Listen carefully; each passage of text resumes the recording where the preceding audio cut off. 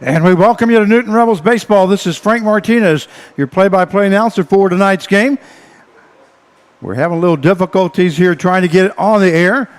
We do have one out now here in the top half of the first inning. We'll give you the starting lineups here in just a second.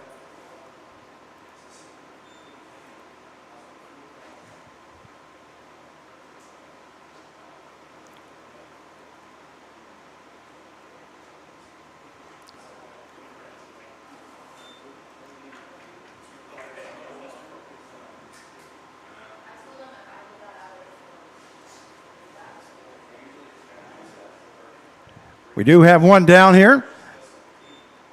Now up is the center fielder, number 27, Colin Young.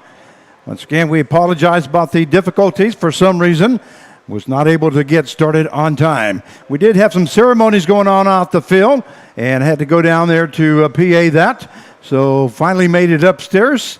By that time, our broadcast had already started and would not allow us to get on the air, so we had to reprogram everything. And now we're back up. The count is 3-1 strike now. The batter is Colin Young. That pitch there by Jacobs misses high for ball 4. So that means Colin Young will be on at first base with one down. That'll bring up the designated hitter, number 2, Matt Christian.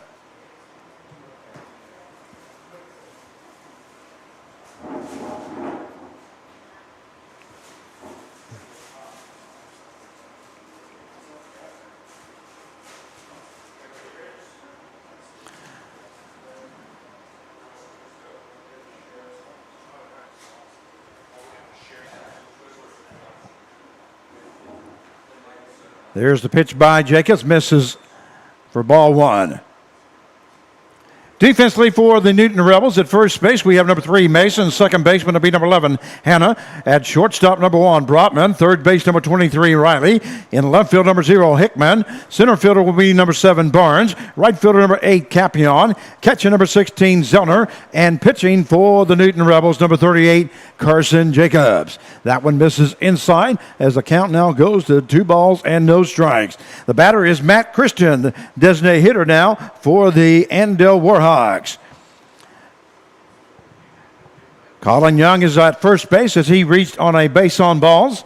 We do have one down here in the top half of the first inning. Once again, we welcome everybody here to Newton Rebels Baseball. And Carson Jacobs now ready with a 2-out pitch. That one misses outside for ball 3. So 3 balls, no strikes now to Matt Christian.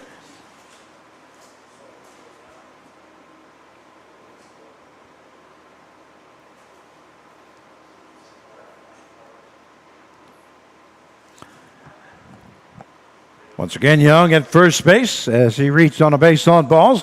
We are in the top half of the first inning. If you're just now joining us, that one in the ground for ball 4. So 2 straight walks now by Carson Jacobs. Has put runners on at first and second with one down. And that will bring up the left fielder, number 34, Josh Bozoian.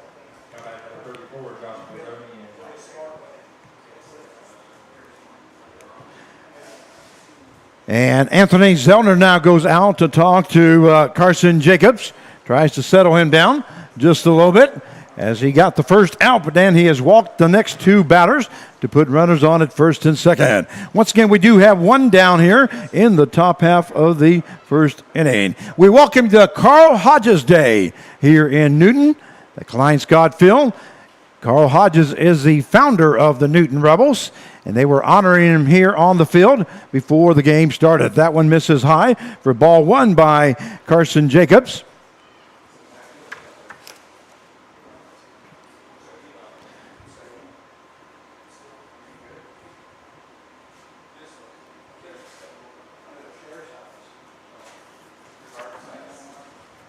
And here's Jacobs' pitch. That one lifted into left field. That's going to be in for extra bases as that's going to go all the way against the wall. Rounding third base is Young. Christian also rounding third base. Here comes the throw to home, and they're going to get him out at home plate. A great throw there by Andrew Brotman at shortstop on the cutoff as he threw out Christian at home plate. Josh Bozian will be on at second base with a double and an RBI.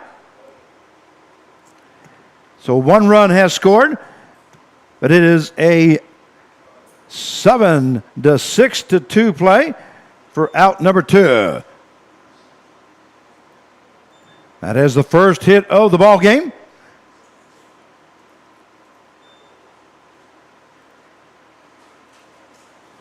And Bozian is on at second base. What a great relay there by Hickman to Brotman to Zellner for the out at home plate. The first pitch misses for ball 1. So 1-0 is the score here in the top half of the first inning for the Andale Warhawks. That one hits the inside corner, and that will even up the count now at 1 ball and 1 strike.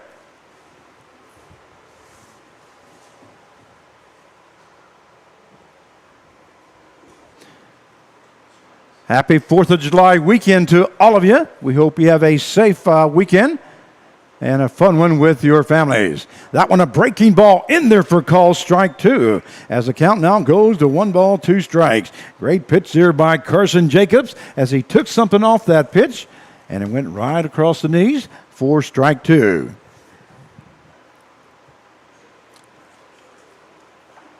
Some of the ex-players that we had here was Ryan Hodges, Jordan Roselle, also coach Jake Gibbs, Connie Miller, who is a host parent. We'll get to all the sponsors and the host families. Thank them here officially as we're underway here in the top half of the first inning. 1-0 to score as the count goes to 2 balls, 2 strikes. That one a swing and a miss there by Woods as he goes down swinging for out number 3. And that is the first strikeout recorded by Carson Jacobs. But not before the Andale Warhawks score 1 run on 1 hit, no errors, and 1 left on base. At the end of 1/2 inning play, it is the Warhawks 1 and the Rebels coming to bat. We'd like to thank all our sponsors. First of all, the Play at the Plate that will be sponsored by Colonel Tim Marler family in honor of the Kansas National Guard. Your home team, always ready, always there. Any double plays will be sponsored by the team of Pate and Paul, and we're going to cut you over to us so you can see us.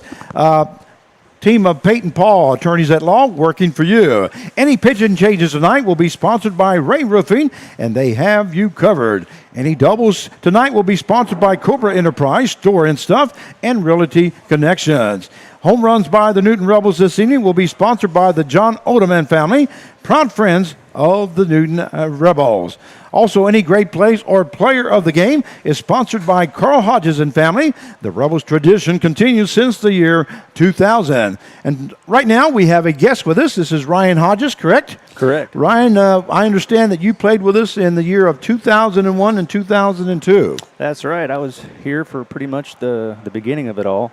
My dad was Carl Hodges, so, but yeah, we got it going, and here we are today. Here we are today, 21 years later, and the Newton Rebels are going strong, still continuing the tradition. Of course, it's been taken now by Mark Carvala, the general manager. And but if it wouldn't have been for your dad, though, all this this idea that he had of baseball in Newton, Kansas, this team might not be here. Right. That's right. We needed a place to play, and why not Newton? We got a beautiful ballpark here, and it wasn't really being used by other than, the Legion team. Yeah, and the high school team. Right. Now it is the American Legion field and also the high school team, the Newton Railers, and then of course it is the Newton Rebels baseball diamond, also, or the field. All right, we're going to take you back out to the field here. Now batting for the Newton Rebels will be the shortstop number 1, Andrew Brotman, and pitching for the Warhawks we'll have number 18, Gavin Rogers. So have you followed the Rebels this year then, or throughout the years then? Throughout the years, especially early on, I did when I was still living in Wichita. It's been harder over the years just because we're a military family now and we move all over the place. So, we've been overseas in Germany, in California, Colorado. Now we're in Missouri, and so sometimes it gets a little hard because summertime's when we move. And we do understand that you came back especially for 4th of July and then for the Carl Hodges Day. Correct. Yep. Well, we're glad to have you and being part of the armed forces there. We want to thank you so much for your services and also your family because I'm sure they have contributed a lot to you being out there and doing what you do. Oh, for sure. Yep. Got to have it all. So now batting for the Newton Rebels will be the center fielder number 7, Justin Barnes. Andrew Brotman flew out to the pitcher on a infield fly ball there. That pitch misses for ball 2, as we are in the bottom half of the first inning. 1-0 is the score in favor of the Andale Warhawks. And here is Gavin Rogers' pitch. That one in there for call strike as the count goes down to 2 balls and 1 strike. Well, do you remember some of the players back in the day when 2001, 2002, when you played? Oh, gosh. Let's see. The first year I was here, Matt Patrick was the coach. The second year was Pat Hahn. And my brother, Kyle, was on the team. Let's see. Well, I didn't mean to put you on the spot there, but that's many years ago. You're talking about 20 years ago. It was, and we'd only be around each other for, just a couple of months in the summer, and then everybody would kind of go off and, do their college thing. And so, sometimes it was a little bit hard to establish, relationships with all the guys. Yeah. And then also, my understanding is one of your favorite memories is that you're watching your teams go to the NBC World Series in the year 2004, 2005, and 2006, is it? Yep. Okay. Yeah, I followed them pretty close then. Obviously wasn't playing at that time. I had to focus all my energies going to nursing school. So, but I did follow. I went to almost every game, and getting to that NBC World Series, tournament, and back then in Lawrence Dumont Stadium was always a big deal, and it was our first years to go to the tournament, so it was pretty special. And I was going to mention that you are an RN, so you during the COVID this last couple of years, this last year and a half, you've probably been pretty busy. Yep. Well. Actually, right now I'm doing the stay-at-home dad thing. Okay. So I wasn't on the front lines for the COVID stuff, but my mom is an RN, and she's currently working, and she would tell me, just kind of how crazy it could get, with all the different cases and everything. So you went from RN to stay-at-home dad, huh? Yep. That's quite a job, though. Yeah, it is. I have 2 little girls, and when we moved to Germany, I didn't really want to try to figure out how to get a nursing job over there. So I'm like, well, how about I just stay at home, take care of the kids? That way we can travel, and we only have to juggle 1 working schedule instead of 2. And so it just made traveling over there a lot easier. So It just kind of made sense.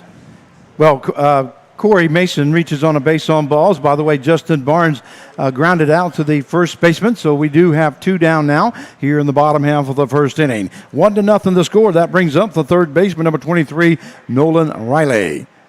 And here's the pitch by Rogers. That one in there for call strike 1 as the count goes to no balls and 1 strike. Well, as you can see, you probably didn't have this YouTube stuff going on back in 2001, and that we broadcast all the games. Now, that ball lifted into left field. The left fielder backing up, making the catch is Josh Bozian for out number 3. So a fly out to 7 if you're scoring at home with this for the third out. And in the bottom half of the first inning for the Newton Rebels, they scored no runs on no hits, no errors, and 1 left on base. At the end of 1 inning play, it is the Andale Warhawks 1 and the Newton Rebels 0. Well, we're going to continue this conversation here with Ryan Hodges, is the son of Carl Hodges, the founder of the Newton Rebels that started back in the year 2000. And you, like you say, you played in 2001 and 2002 with them. And that back then, how many do you remember how many teams you guys had in the league or not? I want to say there was probably 8. I want to say, and it was the Walter Johnson League back then. But I was going to say, I knew it wasn't the Sunflower Collegiate League, because you guys used to be out of the Walter Johnson League. Mm-hmm. Yeah, it's hard. I don't even hardly recognize some of the teams that are in the league now. I mean, Andale wasn't around, and so. But yeah, it was. I want to say around 8 teams. Yeah, well, that it's like I say, it's been a long time ago, and those memories are always great. I remember from playing fast pitch softball. Fast pitch softball tournament, matter of fact, is going on back behind us here, and I walked over there before the game started, and boy, that brought back a lot of memories. Oh, I bet. So I'm sure being here at the ballpark today brings back those memories, and we want to thank you very much for joining us on this day of Carl Hodges Day, and then also for joining us on the air here. Yeah. Okay. Yeah, thank you. I appreciate it. Well, once again, Ryan Hodges, we thank you so much, and I hope you enjoy the rest of your day here. And we're going to get back to baseball here. We'll cut you back out to the field and due up for the Andale Warhawks here in the top half of the second inning is the first baseman, number 9, Will Hoach.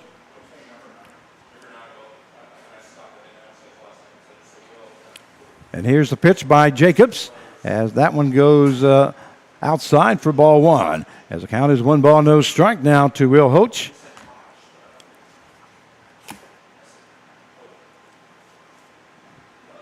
Jacobs' pitch misses outside for ball 2. We'd like to say hi to Jan Hansen, Bob Brotman, Christy Brotman, and John Hanna, who have posted on YouTube. We hope you enjoy the broadcast, and all 23 of you that are watching here, we welcome you to the broadcast. If you're an Andale fan, we welcome you, and we hope you enjoy the broadcast. And the count is 2 balls, 1 strike by Jacobs. Breaking ball, that ball hit to his shortstop. Andrew Brotman moves to his left, fires to first base for out number 1. That is a 6-3 put out for the first down, as we have 1 down here in the top half of the second inning. That will bring up the catcher number 23, Kyler Copeland. And by the way, let me see if I can bring you the starting lineups here. I had them posted, but for some reason, with everything that went on, we couldn't get on the air. Didn't get a chance to post them there. That fouled off there by Kyler Copeland.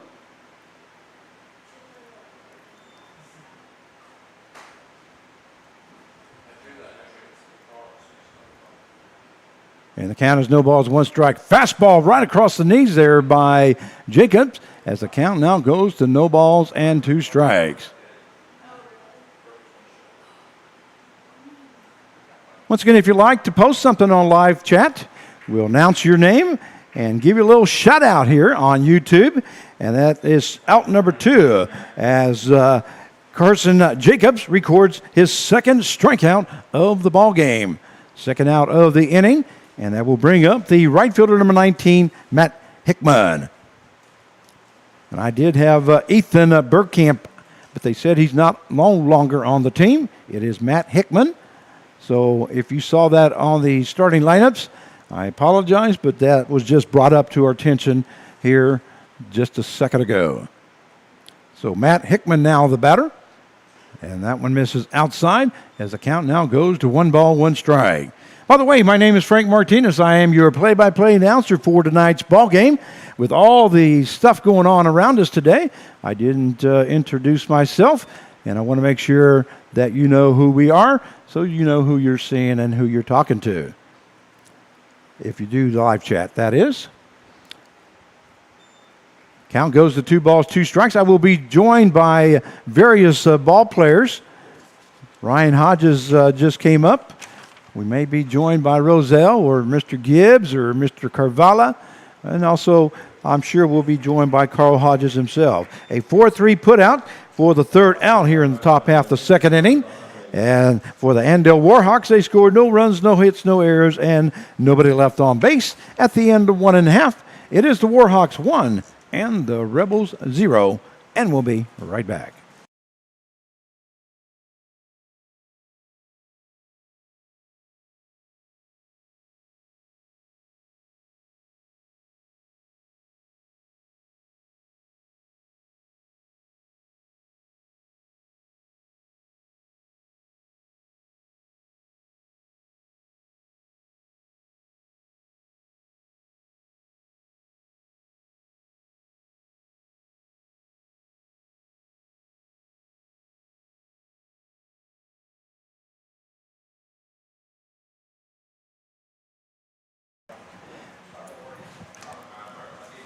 And we welcome you back to Newton Rebels Baseball. This is Frank Martinez, and I am now joined by Jordan Roselle. Hello, Jordan. Nice to see you again. Jordan was our coach for a couple years here, the last couple years. And you played for the Newton Rebels back in 2015, correct? Sure did, man. Sure did. Do you remember those years well? The older you get, it seems like they get a little farther away. But yeah, I remember, man. It was the last summer ball I ever played. So. Okay, and then Coach Carve was your head coach at that time, and you were an outfielder for us. Yes, sir. Okay, and you also went to Kansas Wesleyan University. Mm-hmm. And then you said that the making the NBC World Series in 2015 and playing with Jake Gibbs and, and having Carve as your head coach, as making the NBC World Series as a coach in 2018 were some of your highlights as being as a Rebel. So I told Gibbs this part, and then Gibbs added playing with Jake Gibbs. Okay. You know, well, although he was my roommate, so he was a good dude. I see. Well, that explains a lot, because I couldn't figure out how Gibbs' name got in there. But that explains You think my it. handwriting looks that good, man? No way. Well, I see. Okay, let's get back to action here for just a second. The count is 1 ball, no strikes. Now, and the batter is right fielder number 8, Thomas Capion. There's a breaking ball there by Rogers, misses high, as the count now goes to 2-0. Well, you were the coach last year, right? Mm-hmm. And what year before that? 2 years before that. So this would have been 4. I started the same time that Clarkey did. Okay, Thomas Capion just drives the ball by a diving shortstop, but not able to get to it. So Capion is on with his first hit of the ball game as for the Newton Rebels, and the first hit for Capion. That will bring up the second baseman, number 11, Jaden Hanna. So Jaden Hanna, a left-handed batter against the right-handed thrower, number 18, Gavin Rogers. And last night, I believe it was Cindy Rogers posted something. It looks like Mr. Rogers now is pitching here tonight. So we'll see if Cindy is watching here this evening. Ball is fouled up there by Hanna, and a diving effort there by the catcher Copeland, but was not able to make the catch. But what an effort there by the catcher Kyler Copeland, wasn't it? Yeah, man.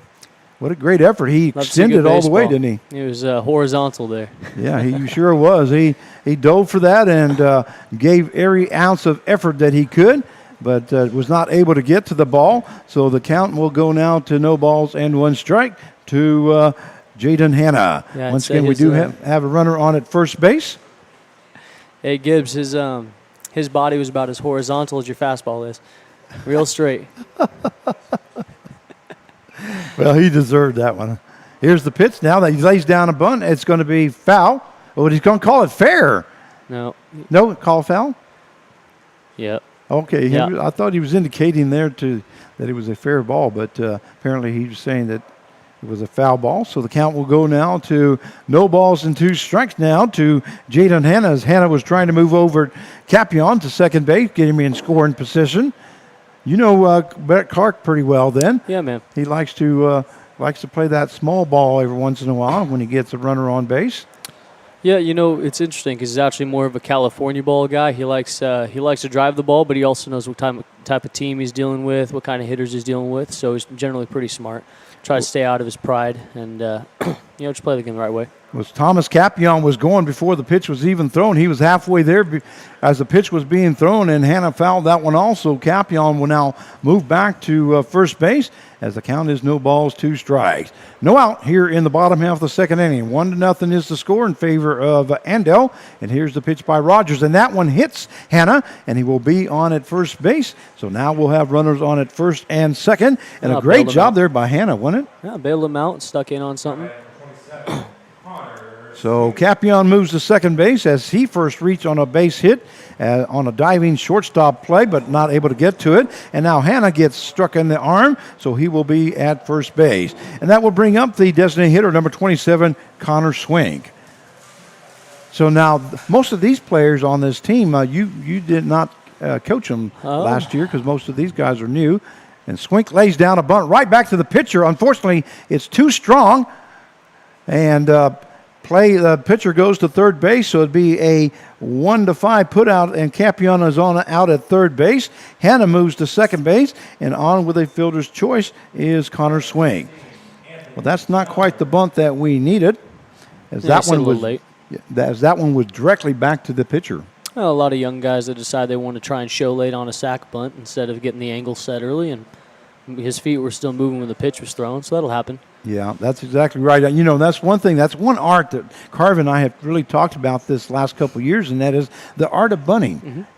Everybody in the stadium knows you're going to bunt. Just square around and get that angle that you want and lay her down. Now up is the catcher number 16, Seems Anthony there's an RBI Zeller. right there. If he gets the job done, it's a tie baseball game.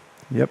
So that fly ball to the right fielder for out number 2. So an F9 is the play if you're scoring at home. So we have 2 down now with runners on at first and second. That will bring up the left fielder, number 0, Eli Hickman. So we're going to come back to you one more time, Jordan, because we want everybody to see who you are. Once again, we want to thank you so much for joining us here this evening, and we hope you enjoyed the festivities here tonight. Yeah, it was probably good to see Carl Hodges. You never get a chance to play for him, did you? No. So I think Hodge finished, I want to say it was like 11-12, so I was a few years late on that. So, I got to meet him a handful of times. Anybody at home you'd like to wave a hi to, or because this is on YouTube, you can see it any time. Shoot, man. Hi, Mom. Isn't that what you're supposed to do? That's exactly right. Hi, Mom. So he says, hi, Mom. And with that, we're going to cut back to the action here. The count is 1 ball, 1 strike. That fastball misses high, and the count will now go to 2 balls and 1 strike. And the scoreboard operator here is going to catch up just a little bit. And here's Rogers' pitch. That ball is fouled off there by Eli Hickman, who is the batter now. We have Hannah on at second base and Swink on at first base as he reached on the fielder's choice.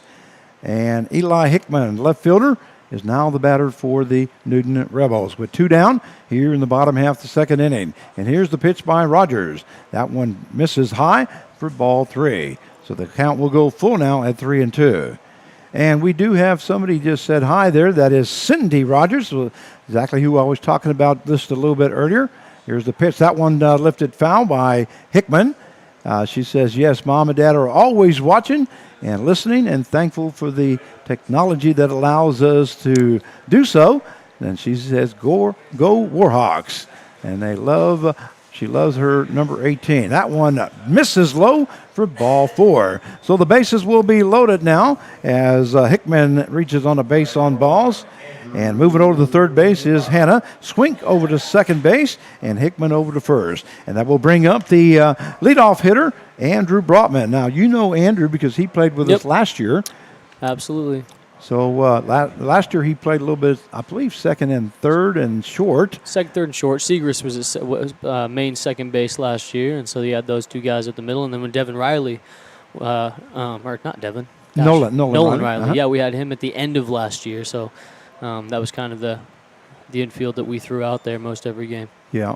So, like I say, you know Brotman real well, and then Mr. Riley, and then, we're missing a lot of players from last year, but, that happens. A lot of movement in these kind of leagues, Guys find other places to play. Coaches decide they want their guys to play in different places, and, it's kind of a revolving door in a lot of these teams, man. A lot of new guys in the league this year, too. And it's kind of good because we do get to see some new guys and, some new talent. And I'm sure it's difficult for the coaching staff because you have to realize who you have in that first week. Breaking ball, that one lifted into center field. That's going to be in for a base hit, and that's going to be the second hit of the ball game. And 2 runs will score for Andrew Brotman as he reaches on a base hit and 2 RBIs. As Hannah scored from third base and Swink scored from second. Moving over to third base is Eli Hickman, and that will bring up the center fielder, number 7, Justin Barnes. And I'm sure that makes Bob Brotman and Grandma also happy because their grandson, Andrew Brotman, just got a base hit with 2 RBIs. And that will bring up the center fielder, number 7, Justin Barnes. And here's the pitch by Rogers. That one in there for call strike 1. As the count is no balls, 1 strike now to Justin Barnes. And Gavin Rogers now ready with the 0-1 pitch. That one fouled off to the right-hand side. And the count now goes to no balls and 2 strikes. Taking off on that pitch was Andrew Brobman. He'll be hitting back to first base. The score now is 2-1 in favor of the Newton Rebels here in the bottom half of the second inning.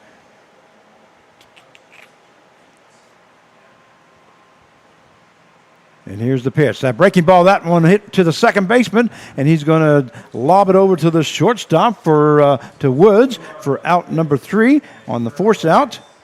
And, boy, I put my scores in the wrong column, but I can fix that. So we have a fielder's choice here and a 4-6 put out for the third out, but not before the Newton Rebels score 2 runs on 1 hit, no errors, and 2 left on base.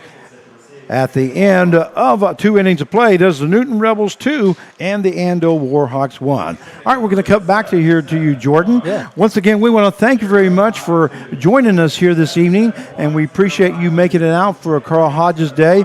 Especially on the 4th of July. You know, a lot of times families go out of town and stuff like that, but for taking time to come out and show your respects to Carl Hodges to be here on his day, we appreciate it.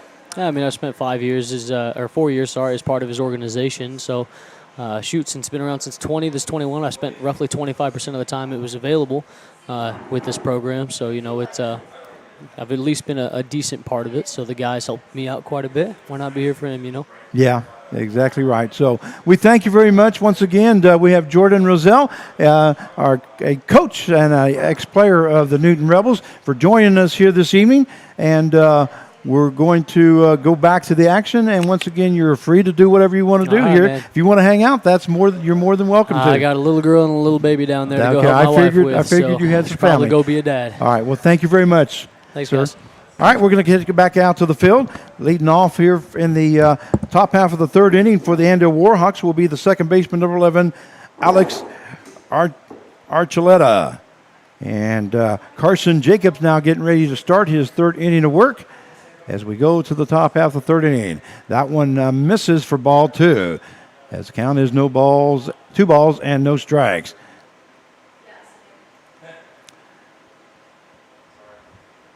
That one misses for ball 3. So 3 balls and no strikes. And Christy Brotman says, way to go with the RBIs and single, Brody. Mom loves you. So Andrew Brotman has a lot of fans out there this evening. Once again, we thank you very much for joining us. And hope you enjoy the broadcast. 3 balls, 1 strike. That one misses high for ball 4. And going over to first base will be Alex Archuleta. And that will bring up the leadoff hitter, the third baseman, number 4, Mason Hammonds.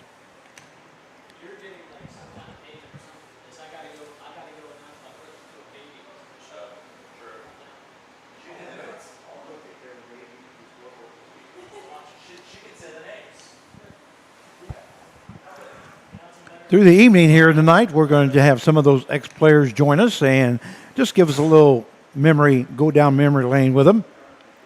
So we appreciate that. I bunt that day down, and the first pitcher, Jacobs, will go to Hannah, who is covering first base. And that's a sacrifice by Hannah. And that is a 1-4 put out for out number 1. Moving over to second base will be Alex Archuleta, as he reached on the base on balls and then just got moved over on that sacrifice. That will bring up the center fielder, number 27, Colin Young. So far for the Newton Rebels and for the Andale Warhawks, Andale has scored 1 run on 1 hit, and the Newton Rebels have scored 2 runs on 2 hits. First pitch is in there for call strike 1, as the count is no balls and 1 strike to Colin Young. Young reached on the base on balls his first time and scored a run, as Bozoian hit a double and an RBI. That one just breaks outside, as the count now goes to 1 ball and 1 strike.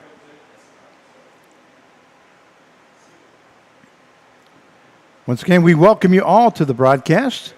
Hope you have a great 4th of July. Here's the pitch. That one misses inside on the fastball by Jacobs. And the count now goes to 2 balls and 1 strike.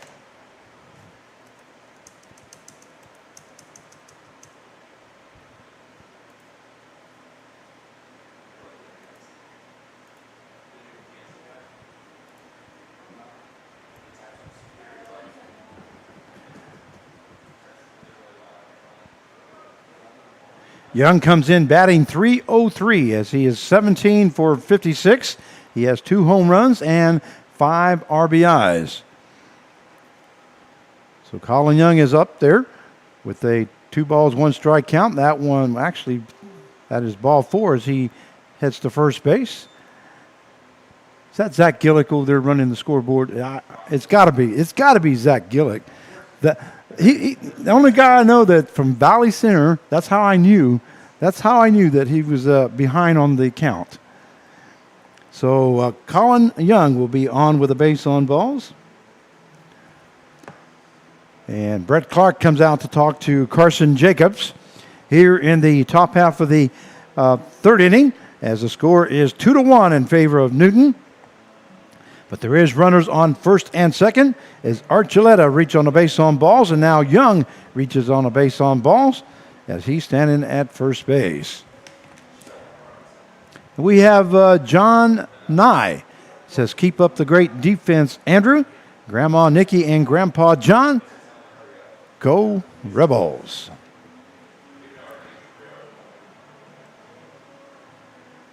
Once again, we thank you very much for all the live chat.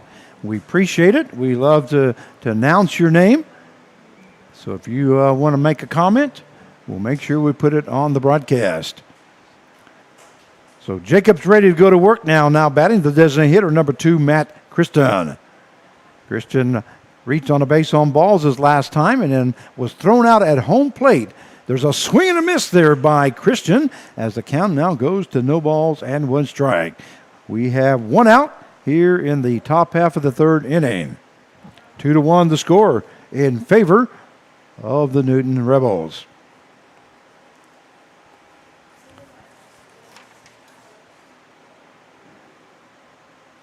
Jacobs looking at second base, and now here's the pitch. That ball into the ground, gets away from Zellner, but he's able to corral it, and runners do not advance as Archuleta stays at second and Young stays at first, and the count will even up now at 1 ball and 1 strike.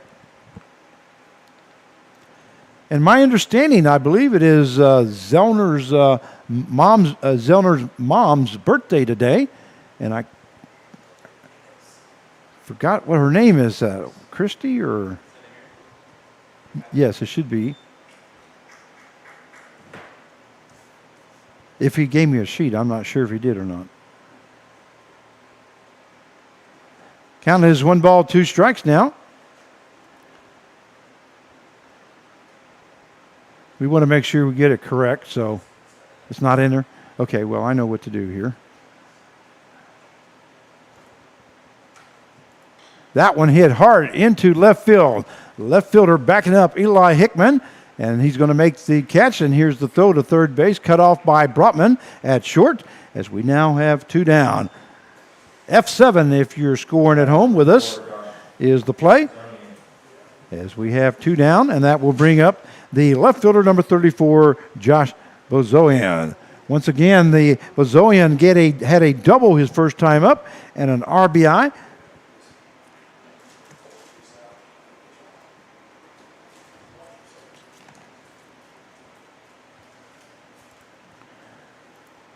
Let me try to go to yesterday's broadcast, and I know exactly what her name is.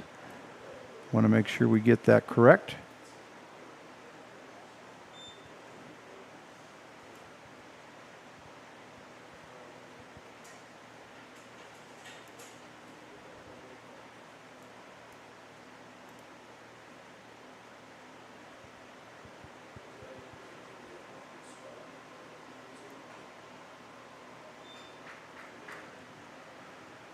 Down is 2 balls, no strikes now to Bozoyan.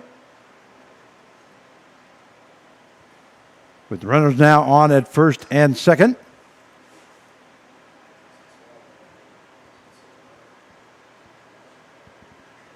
And here Here's the pitch. That one breaks in there for a call strike. So the count now 2 balls and 1 strike.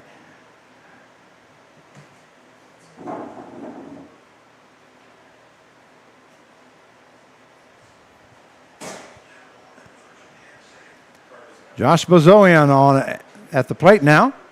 Here in the top half of the 3rd inning. Here's the pitch. That ball hits the shortstop Brotman. He tosses over to Hanna at second base for the force out. So there's a 6-4 put out. Zoian is on with a fielder's choice, and that is the end of the inning. At top half of the 3rd inning for the Andale Warhawks, they scored no runs on no hits, no errors, and 2 left on base. At the end of 2.5 innings of play, it is the Newton Rebels 2 and the Andale Warhawks 1. And we'll be right back.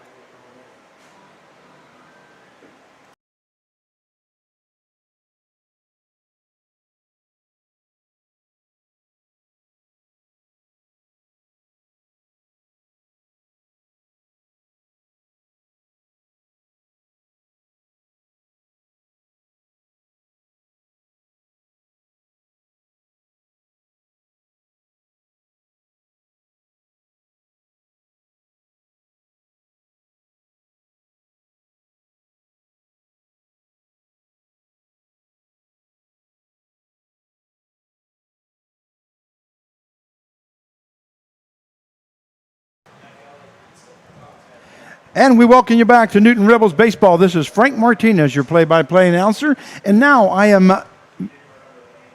interviewing, or up here in the press box with us, is Carl Hodges. Carl, look in the camera there. This is Carl Hodges. He is the founder of the Newton Rebels in the year 2000. That's right, Frank.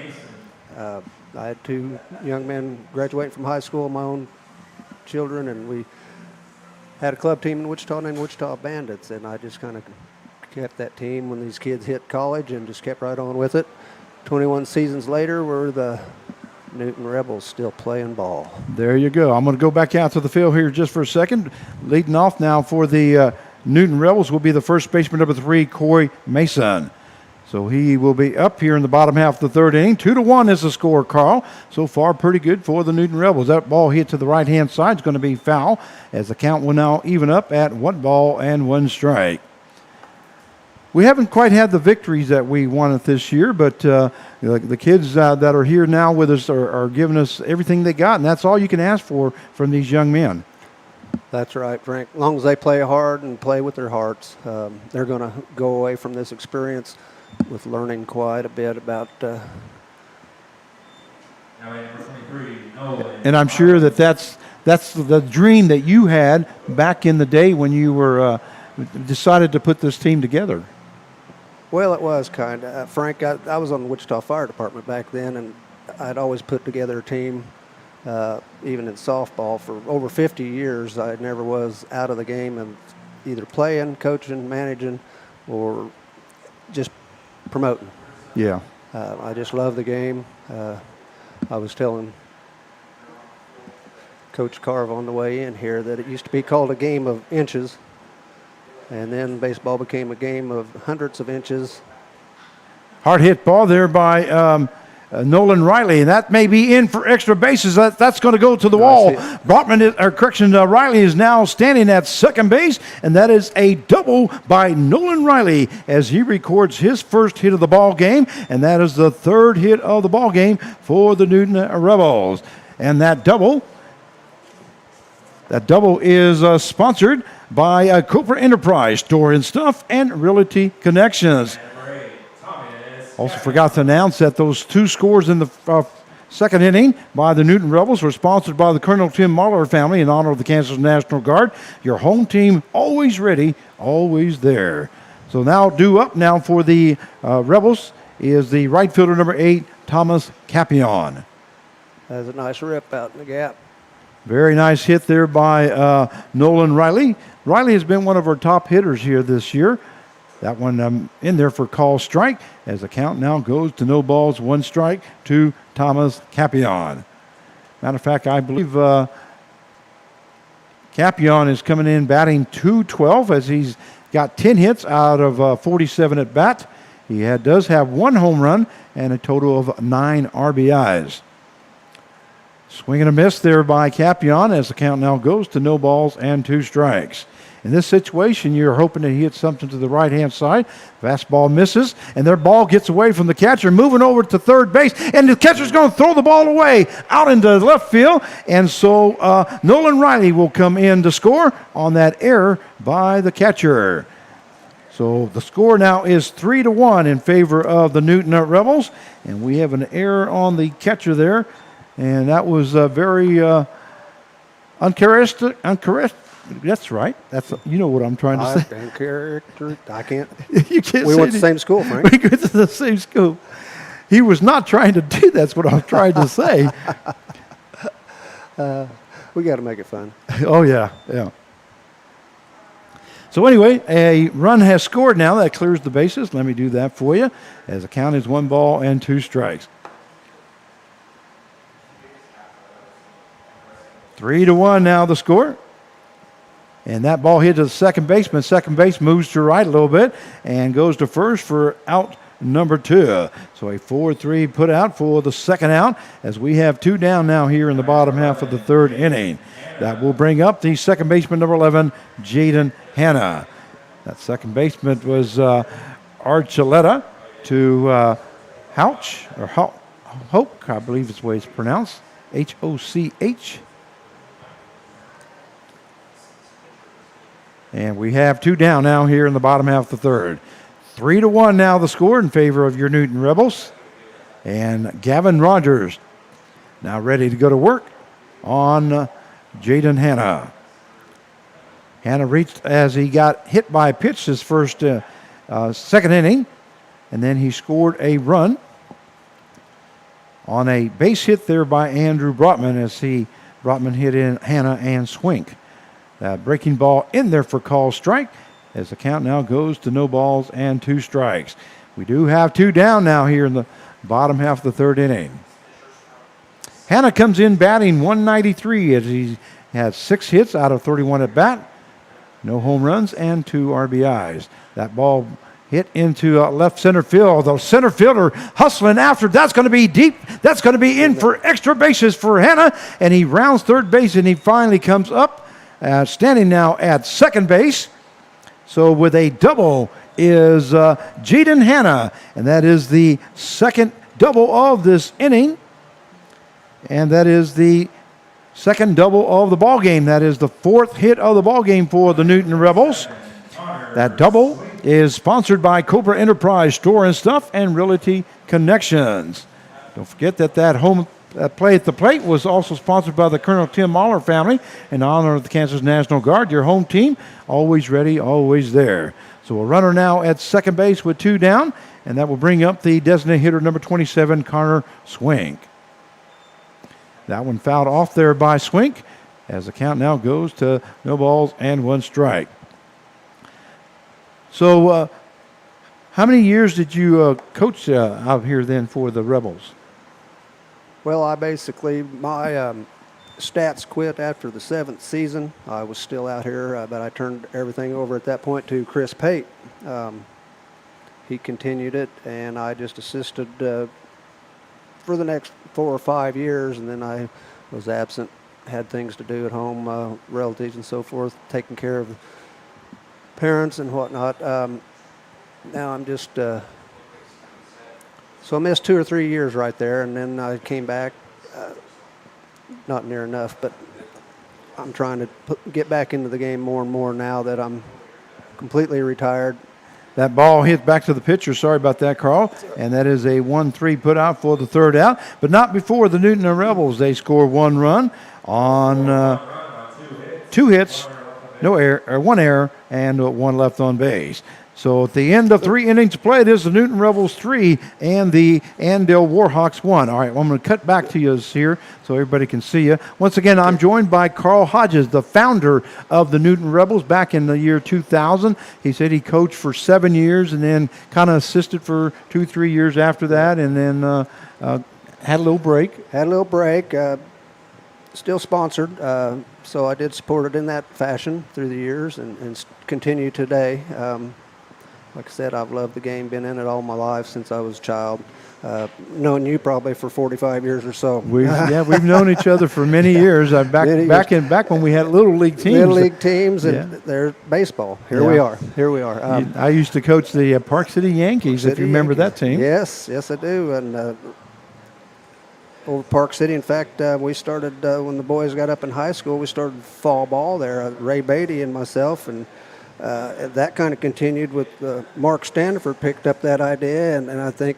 Yeah, it took off in the area, and they're still today having fall baseball. Yeah, they're a big team, 316 Sluggers, by Mark Staniford, and the Beatty boys used to play for me many years ago, back when they were 7, 8 year olds, and now they're in their mid 30s or late 30s, I would say. Yeah, Ryan would be. Close to that 4-0. Close to the 4-0, Ryan. Of course, Matt's a little bit younger than him, but both Ryan and Matt both went to KU and played ball up there. Right. So we had some good ball players back in the days, and good teams. We're going to go back to the field here, Carl, as we go back to the top half of the fourth inning.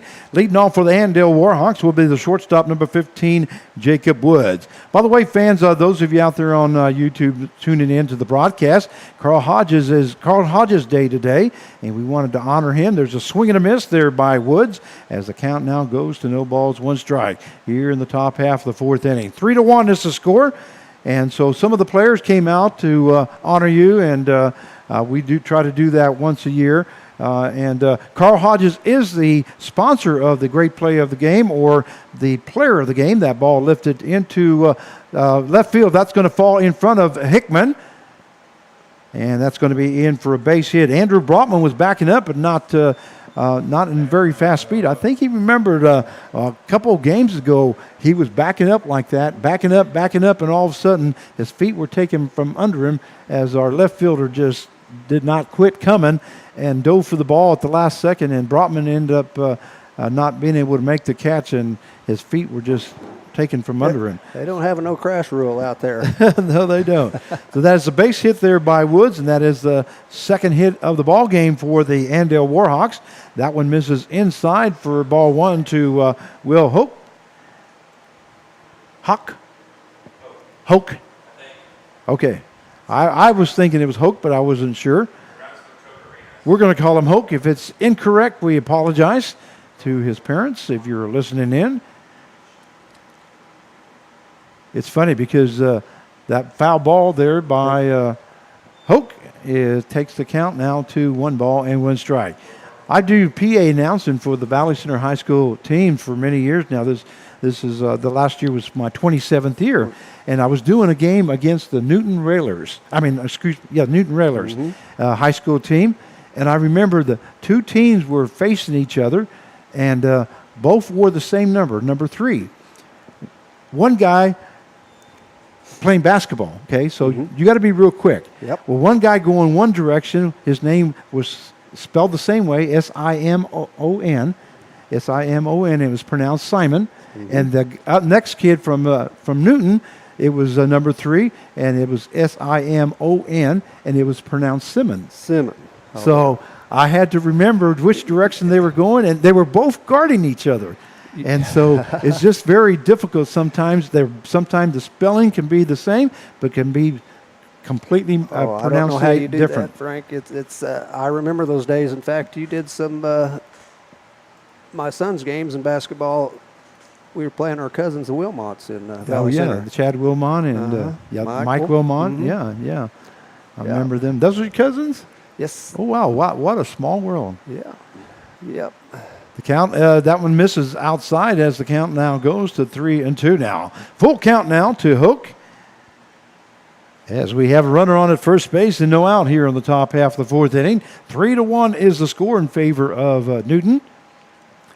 Well, I can tell you a lot of stories in those 27 years. I bet you can. Good ones. Well, not only that, but been the voice for the NBC World Series for 27 years. Well, this one will be the 27th year. There's a swing and a miss there by Hoke, and he goes down swinging for out number 1. And that is the third strikeout recorded there by Carson Jacobs here in the ball game, and that is the first out of the inning. And that will bring up the catcher number 23, Kyler Copeland. One of my favorite stories to tell about the NBC World Series. Of course, you've been in a lot of NBC World Series competitions and tournaments up there. And but one of the best stories that I have about the NBC World Series, and that is I always go out to the field and get the pronunciation of the names. Yes. Because it's very important that you try to get it correct, especially when you go on the PA. And because if not, you got a mother that's coming up the stairs and up into No the press doubt. box to say it's not pronounced Hoke, it's pronounced Hawk. So anyway, I was out talking to one of the coaches, as I did to you, many times, and went out there and talked, and he was on the first base side, and he was coming in from right field, and he kept walking. So finally, it ended up that I had my back to the right field, right down the line, and he was facing right field. And I said, Coach, I need to know how you pronounce this name. And they were from Oklahoma. And anyway, he says, hey, so-and-so, he yells out, how do you pronounce your name? And all I hear behind me is this kid say, hey, Coach, is it okay if he calls me Bubba? I turn around. I think I was there that game, Frank. I turn around. The kid is darn near 7 foot, 6'11", 270, 80 pounds, and he's standing right behind me. And Oh, my goodness. I look up at him and I say, because I'm only 5'7", okay? I look up at him and I say, young man, I'll call you anything you want me to call you. Speaking of height, I had a 6'8" kid from Kentucky. Got drafted. In fact, it was the year that Mr. Hess, we put him into the Kansas Hall of Fame. Hall of Fame, yes. And he asked me to Jess, sit with was him. it Jess? Huh? His name, first name? Herb Hess. Okay, that's Herb- right. Yeah. Herb Hess. Okay. I think that's his son.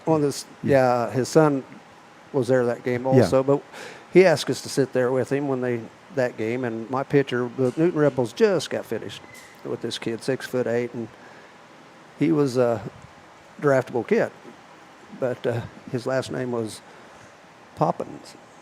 So his first name was Marty. So he messed up one day and burned a hole in the deck or at the house he was staying at. They had a little chimney burning. Uh-huh. And I fell asleep and burned a hole in the deck. I helped him fix it, but I started calling him Mary Poppins at that point. He didn't object to it. But, Well, that's what I love about baseball. You get so many stories, and you think you've seen everything in baseball, and then something happens that you've never ever seen before.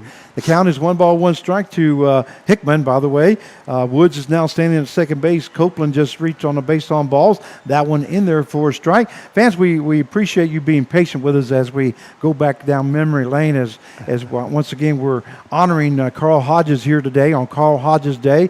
He is the founder of the Newton Rebels, and we wanted to interview him and some of the players that were here today. And so we do appreciate you listening to those stories. That one gets away from Zellner, and both runners will advance as Woods moves to third base, and Copeland now moves to second.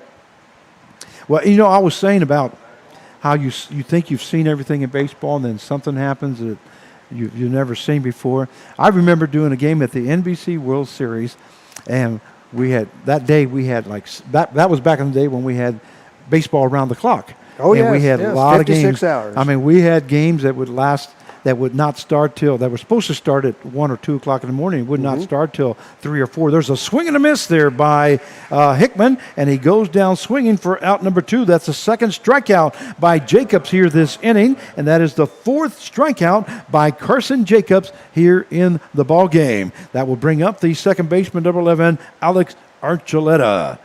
We have Woods at third base and Copeland on at second with 2 down now here in the top half of the fourth inning. Anyway, we were doing this ball game, and all of a sudden, out of the sky, we have corn stalks start falling out of the sky.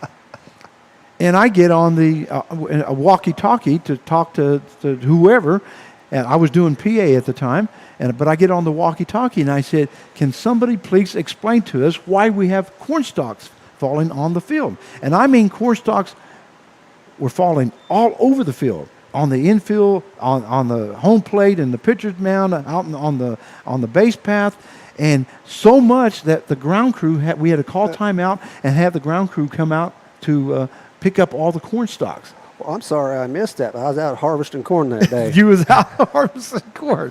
There's the ball hit up the middle. Brotman moves to his left, goes to first base and that ball gets away from the first baseman. And that is going to go into the dugout. So 2 runs will score. And Woods comes in from third base, and Copeland comes in from second base. And moving over to second base will be Archuleta on an error by the shortstop, Brotman. And once again, 2-run score. And that score now tied up at 3 apiece. And that will bring up the third baseman number 4, Mason Hammonds. Well, anyway, there was so much corn stalk. And what we found out later, that there was more corn stalks on the outside of the field, on the outside of the stadium, than there was inside the stadium. But it was so much that the ground crew had to come out and clean it up. And then it came up later in the news that what had happened was in Nebraska, they had a big grass fire.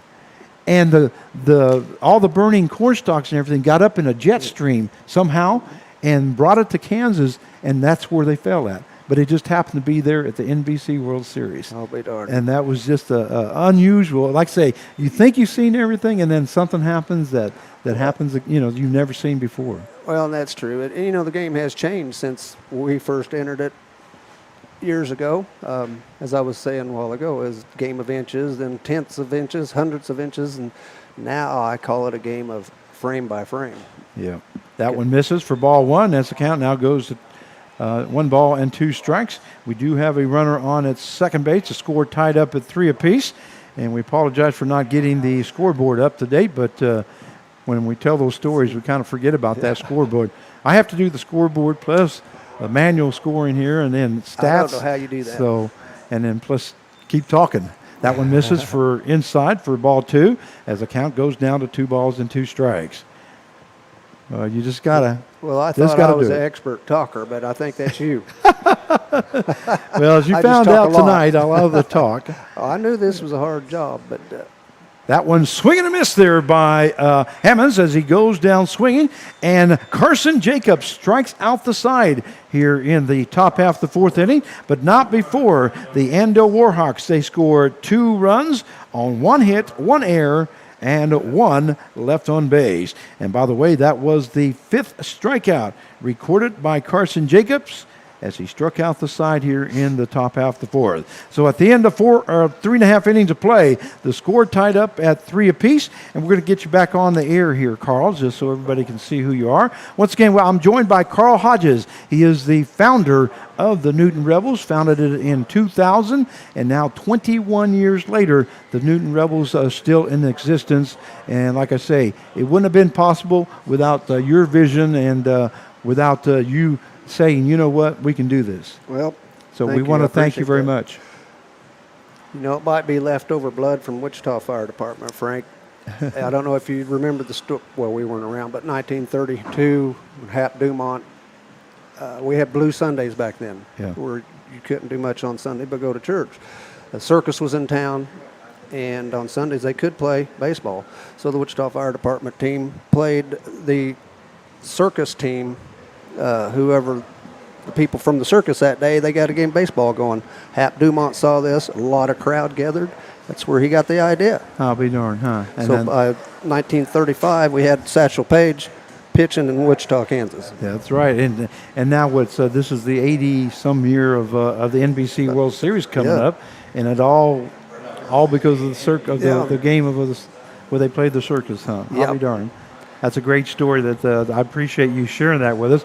We're going to cut back out to the field. And before we do that, we want to make sure you take a good look at Carl Hodges because, like I say, he is the founder of the Newton Rebels. And we're going to cut back out and we're ready to go. And due up is the catcher, number 16, Anthony Zellner. And we do want to wish Anthony Zellner's mother, I believe she's supposed to be in attendance here today, and we want to wish her a happy birthday because today is her birthday. Yes. I don't have her first name, but we do wish Miss Zellner a happy birthday. That ball hit right back to the pitcher, Rogers.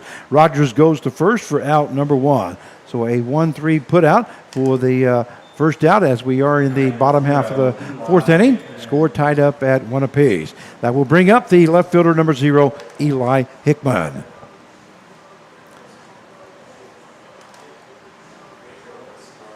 Beautiful ball field, isn't it? Oh, it's great. Yeah. It's changed over the years also. It's really nice. Yeah, we didn't used to have this nice when you first started many years No. ago. Well, we got to thank the Rec Commission. Yes. The Rec Commission does a fantastic job of keeping this field going, and we would definitely want to thank the City of Newton and the Rec Commission because they work awful hard, and you can tell it shows. We get a lot of compliments about this ball field. Brian Baskew, that Rec Commission years ago, if it wasn't for him, we probably would not still be here today also. Yeah, I do want to thank Brian. I called him the other day, and we were having some internet problems, and he jumped right on it. His crew did. Good man. And the next day, I was able to broadcast with full potential, and so you're right. Brian Baskew, we thank you very much for all your hard work and all the ground crews because they do go to work hard. There's a swing and a miss there, and Eli Hickman is thrown out at first base for out number 2. And I believe that's only the first strikeout recorded there by Gavin Rogers. It is the first strikeout, so he will get credit with a strikeout as there's now 2 down here in the bottom half of the 4th inning. That will bring up the shortstop, number 1, Andrew Brotman. Brotman is 1 for 2 here tonight as he's got a base hit and 2 RBIs. That ball hits to the shortstop. Shortstop hits it on 2 hops. That's Woods to Hoke for out number 3. So that is a 6-3 put out in the books if you're scoring at home. For the 3rd out, the bottom half of the 4th inning for the Newton Rebels. They scored no runs on no hits, no errors, and nobody left on base. At the end of 4 innings of play, the score tied up at 3 apiece. All right, Carl, we're going to come to you one more time, and then I'm sure that there's some people that you would like to say hi to or thank, maybe some of your ex-players. Oh, I have so many of those guys I'd like to thank. I really want to thank Chris Pate. Chris Pate, exactly right. And, of course, connection with Mark Carvalho. Those guys were really integral in continuing this. Another guy in town here and his wife is Kevin Pouch. Kevin. And Kim Pouch. They brought a whole new thing to the organization the years they were here. And I give them a lot of credit for this, continuing to have this club here in town and making it work. Like I said, 21 years later. So Kevin and Kim Pouch, shout out to them. It's a great job they done at helping this be a mainstay in Newton, Kansas. Well, I think you hit it right there with, Chris Pate taking over after you were done, and then so many other people coming in. Carvalho, has joined in now for the last 5 years or so as general manager. And then Kim and Kevin Pouch. Kevin really worked hard last year for us and the last couple years. Now, I wasn't that involved, with the Rebels, but I did do some PA for him and did a little bit of broadcast for him. But for the last couple years, I've joined them full blast. And I saw the work that Kevin did for the Newton Rebels. So you're right on when you say that the hard work that they put into it is well appreciated. Yep. And we'll have. As we go to the top half of the 5th inning, and Carson Jacobs. Well, thanks a lot for joining us, Carl. And like I say, I'm sure that you're going to be joining some other people. We thank you very much for joining us. And let me, there we go. All right, thank you, sir. Count is 1 ball, 1 strike now to Colin Young as we go back to baseball here. And we thank Carl Hodges on Carl Hodges Day here at Klein Scott Field. Count is 1 ball, 1 strike now to Colin Young.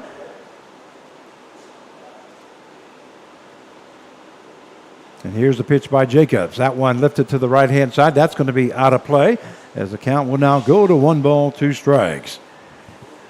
3-3 is the score here in the top half of the 5th inning. Or did I say 4th? Should be top half of the 5th inning, right? 2-2, that count. There we go. We'll get the scoreboard back up to date now. My apologies. When you're doing interviews and have to do everything else, it just kind of makes it a little difficult. That one, it misses inside for ball 3 to stay on top of that scoreboard. As the count goes full now at 3-2 to Colin Young.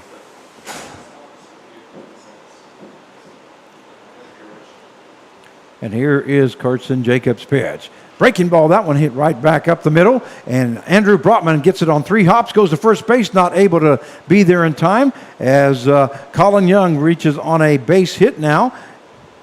And that is the 3rd hit of the ball game for the Andale Warhawks. That will bring up the designated hitter number 2, Matt Christian. Runner on at first base. And no outs. And Matt Christian now coming to the plate. He is 0 for 1 here this evening. He reached on a base on balls and then flew out to left field in the 3rd inning to make the 2nd out.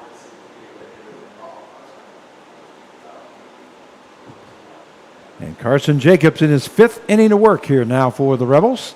And here's the pitch. That ball lifted to the right-hand side is going to be out of play as the count now goes to no balls and 1 strike.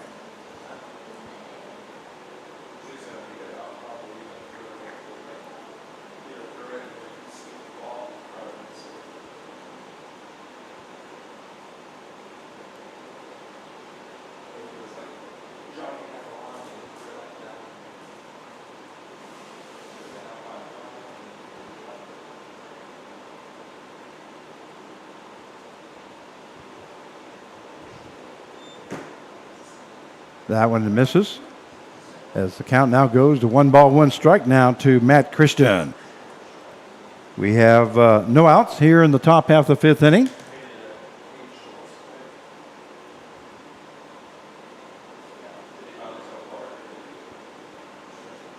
And here is Jacobs' pitch.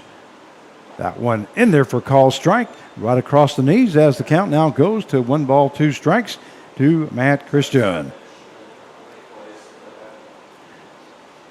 Christian comes in batting.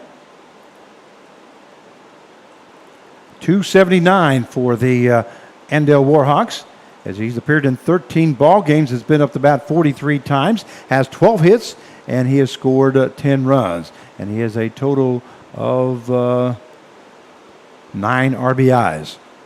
That throw over to first base and Young in safely. Out is 1 ball, 2 strikes now to Christian. And here is Jacobs' pitch. Fastball misses outside, and that will even up the count now at 2 balls and 2 strikes. Mr. Jake Gibbs, are you going to come over here and have a little interview, or you don't have time? You're working. Hey, you can do it from over here. I got a mic over here. Count is 2 balls, 2 strikes, and here's the pitch.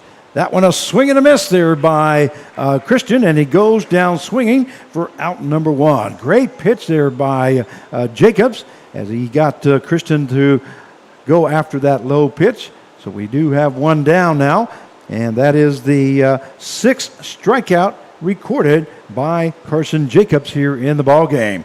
That will bring up the left fielder number 34, Josh Bozoian.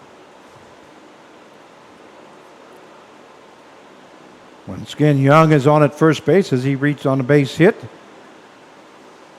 up the middle where Brotman was able to get to it, but not in time. That fastball misses low for ball 1. We are in the top half of the 5th inning. The score tied up at 3 apiece. So far for the Andale Warhawks, they've scored 3 runs on 3 hits and 1 error. And so far for the Newton Rebels, they've scored 3 runs on 4 hits and 1 error. Here's the pitch by Jacobs. A swing and a miss there by Bozoian as the count will even up now at 1 ball and 1 strike.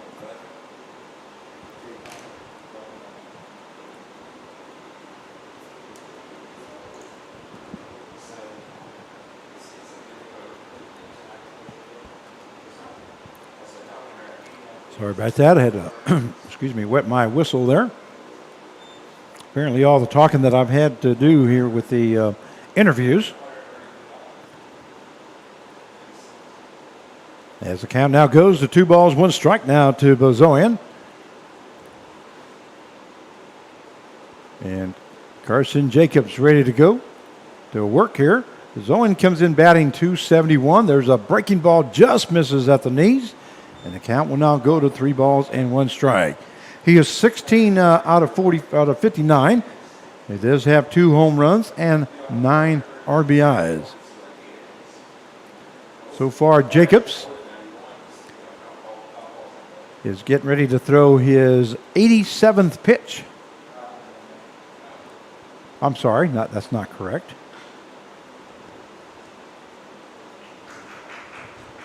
There is a double play there by Hanna as he tags, if he goes to first base, or second base first and gets Young, and then goes to first base for the double play. That double play is sponsored by the team of Pate and Paul, the attorneys at law. They are working for you. So the top half of the 5th inning for the Andale Warhawks, they score no runs on 1 hit, no errors, and nobody left on base. At the end of 4.5 innings of play, the score tied up at 3 apiece. And we'll be right back.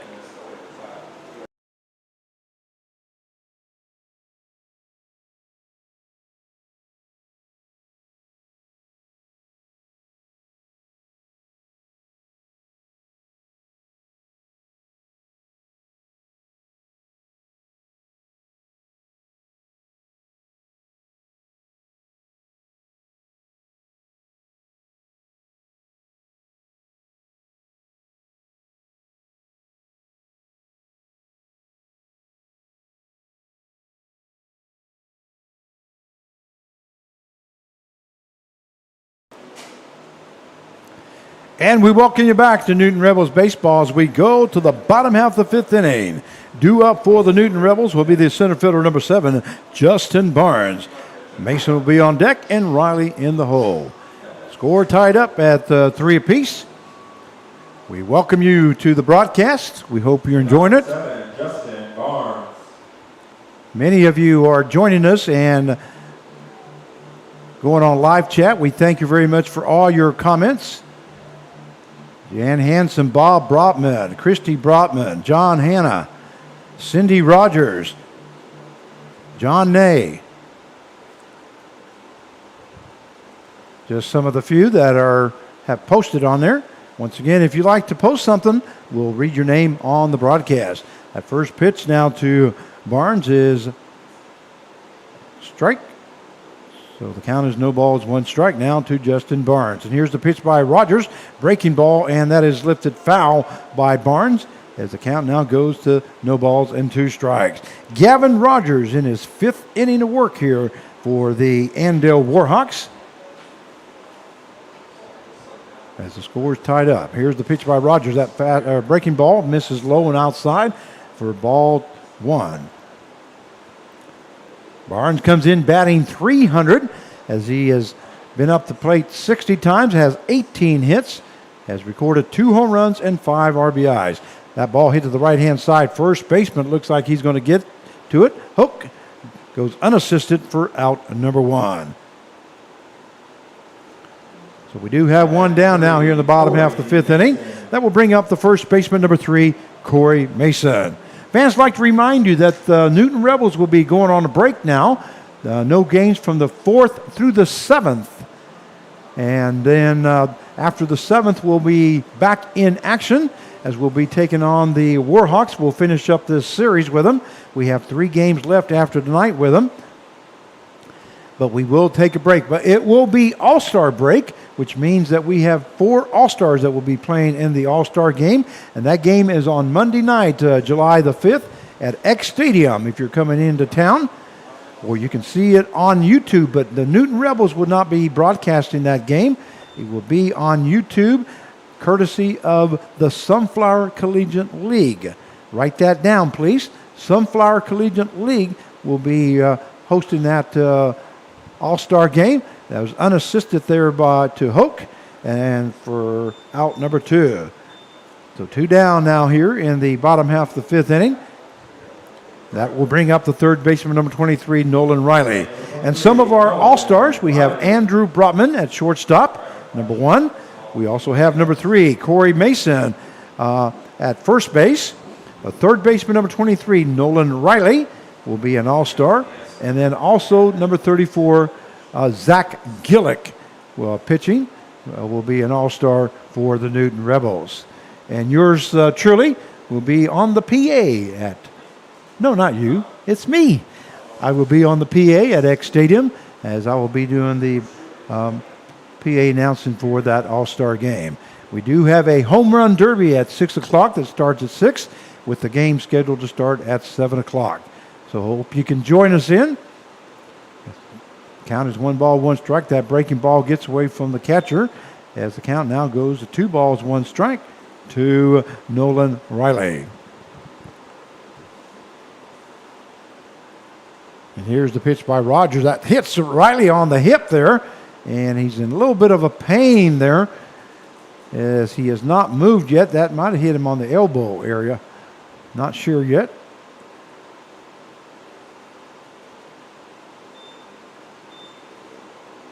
He's kind of walking it off just a little bit. So we will have a runner on at first base with 2 out. Now finally Riley does hustle down to first base. That will bring up the right fielder, number 8, Thomas Capion.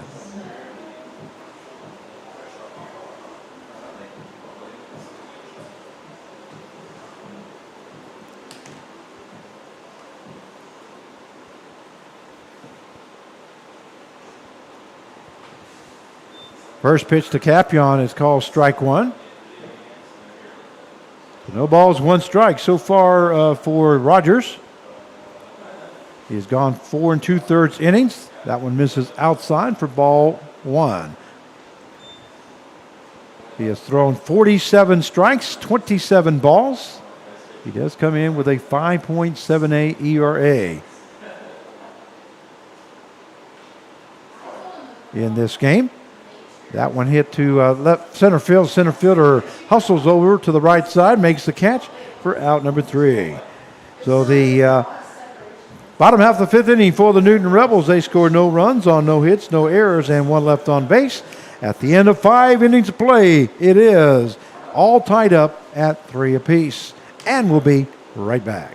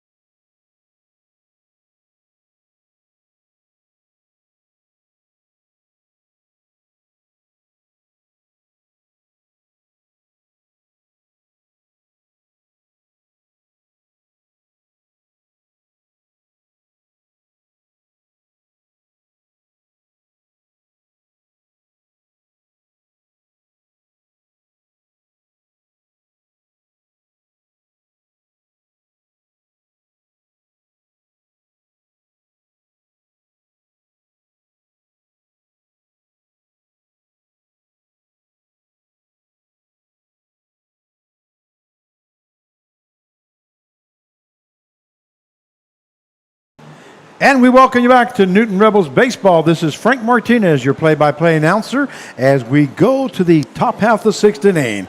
The score tied up at 3 apiece, and Carson Jacobs now going to his 6th inning of work here for the Newton Rebels. Due up for the Andale Warhawks will be the shortstop, number 15, Jacob Woods. Once again, score tied up at 3 apiece.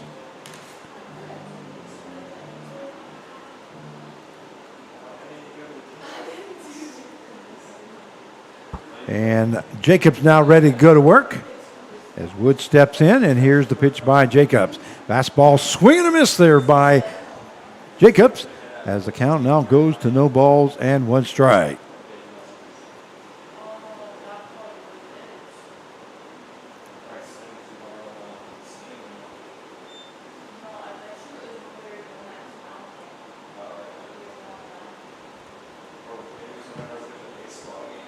1-1 now the count. That one lifted to the right-hand side is going to be out of play, as the count now will move to 1 ball and 2 strikes. We have Woods that comes in batting. He is 1 for 2 here tonight. He is batting .313 for the season, as he's been up the bat 51 times. A hard hit ball into left center field. That's going to be in for a base hit, and looks like he will end up at second base there with a double. That is Jacob Woods, as he records his second hit of the ball game. And that is the second time that Woods has led off the inning with a base hit. This time it is a double. So we have man on at second base with no outs, and they'll bring up the first baseman, number 9, Will Hoke. Hoke is 0 for 2 here tonight, as he grounded out to the shortstop his first time up and struck out in the 4th inning. He does come in batting .236 for the season, as he's been up the bat 38 times and has 9 hits, 1 home run, and 9 RBIs. For Carson Jacobs, he's gone 5 complete innings so far. He has thrown 49 strikes, 47 balls, and it is a 1.80 ERA here in this ball game. But overall, he has pitched 25 innings for the season and comes in with a 6.85 ERA.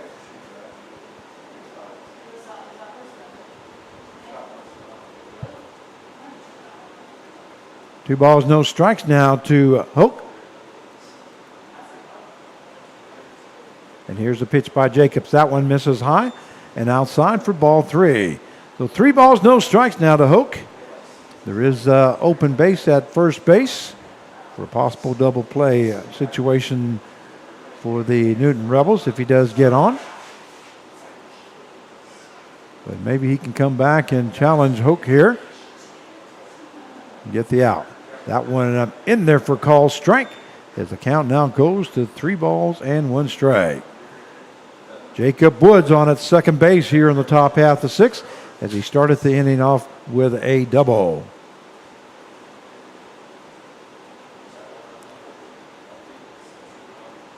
Jacobs looks at second base, and he's ready to go to work. That one low for ball 4.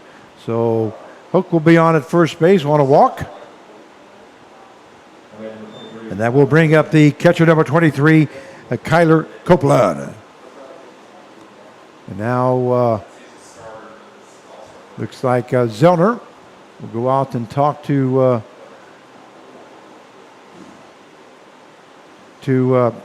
Jacobs. Trying to stall a little time for anybody.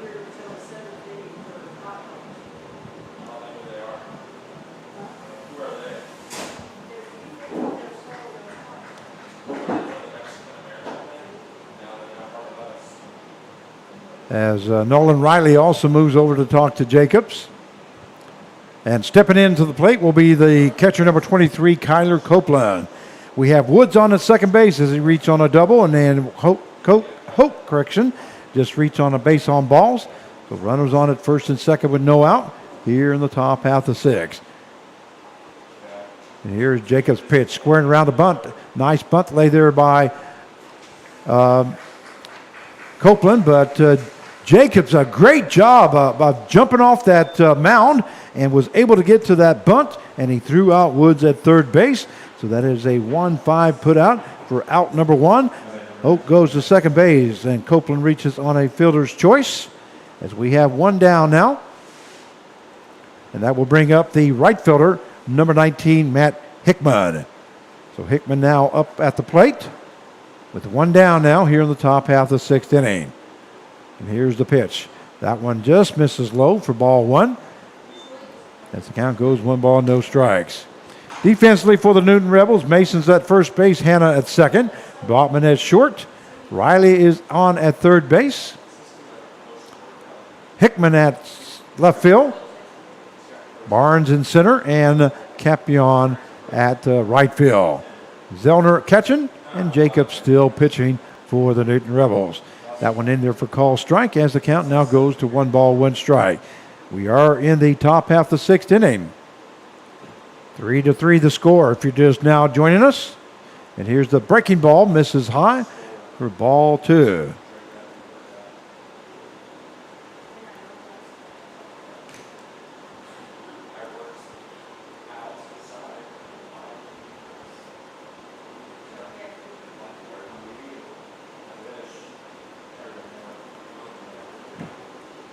That one lifted to the right-hand side. First baseman Corey Mason not able to get to it as he goes clear into the dugout of the Andale Warhawks. Hope he's okay. Yeah, he's chatting just a little bit with the Warhawks there. Like, you could have stopped me.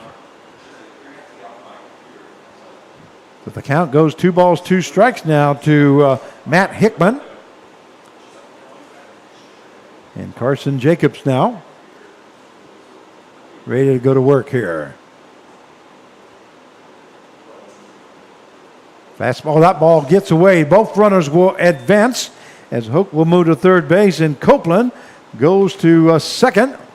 The ball had no chance with Zellner as that was way left of the strike zone. And the count goes full now at 3-2. We do have one down with runners at second and third now. Archuleta is on deck as Hickman standing there with a full count.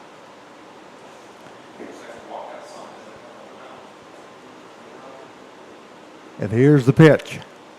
That one lifted to the right-hand side, going to be out of play. Hickman must have just joined the ball team here because it used to be Ethan Bergkamp that wore number 19. And I noticed that there is no stats for Mr. Hickman. So the count stays full now at 3-2. Here's Jacobs' pitch. That one gets away once again. Another wild pitch there by Jacobs, and another run scores. That will make it 4-3 now. And moving over to third base will be Copeland. And I believe that's going to be it for Jacobs. As coming to the mound, I believe will be Coach Brett Clark. Somebody may be coming out. And yep, Brett Clark now coming out.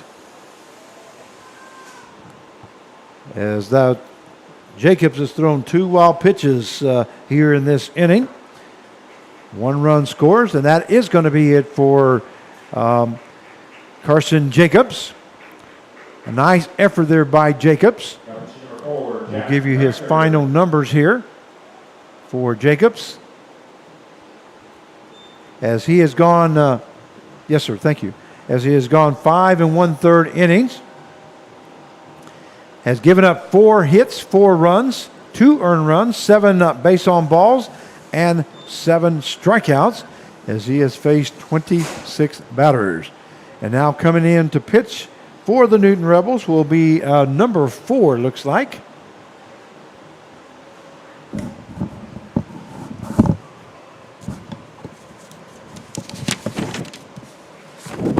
And that's going to be Jack Rector. Now coming in to pitch for the Newton Rebels. Rector from Peoria, Arizona. 6 foot, 170 pounder from Concordia, Chicago is the university where he is a freshman. So Jack Richter now comes in to pitch for the Newton Rebels. By the way, that pitching change is sponsored by Ray Roofing. They have you covered. So Jack Richter now coming in to pitch for the Rebels. We're going to take a small break and we'll be right back.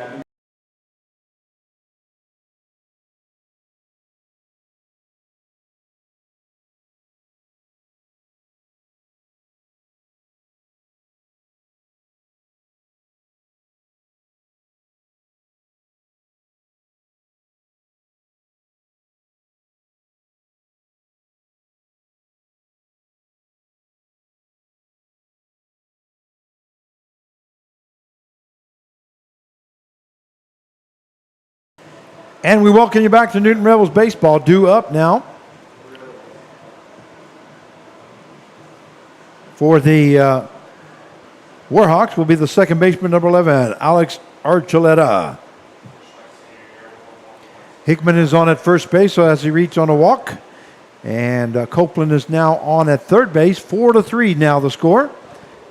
And Jack Rector now ready to go to work here for the Newton Rebels. That first pitch just misses inside for ball one.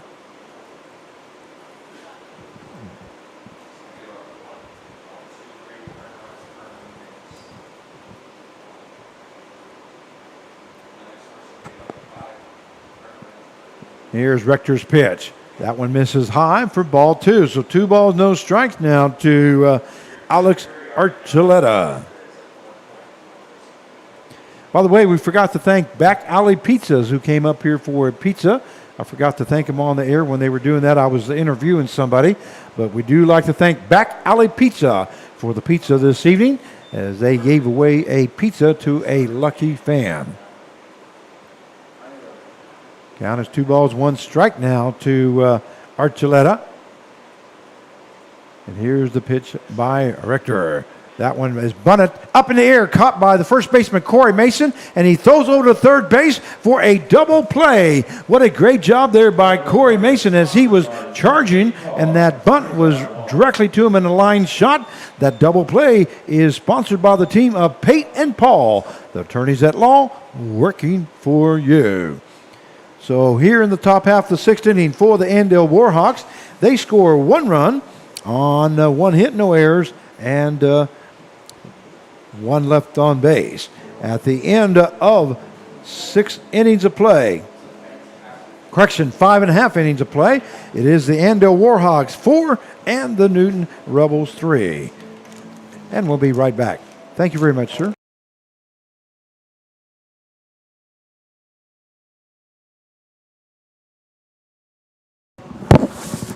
And we welcome you back to Newton Rebels baseball as we have Jim Williams will be our guest now. Jim Williams, you have been the hospitality man here for the Newton Rebels for many years.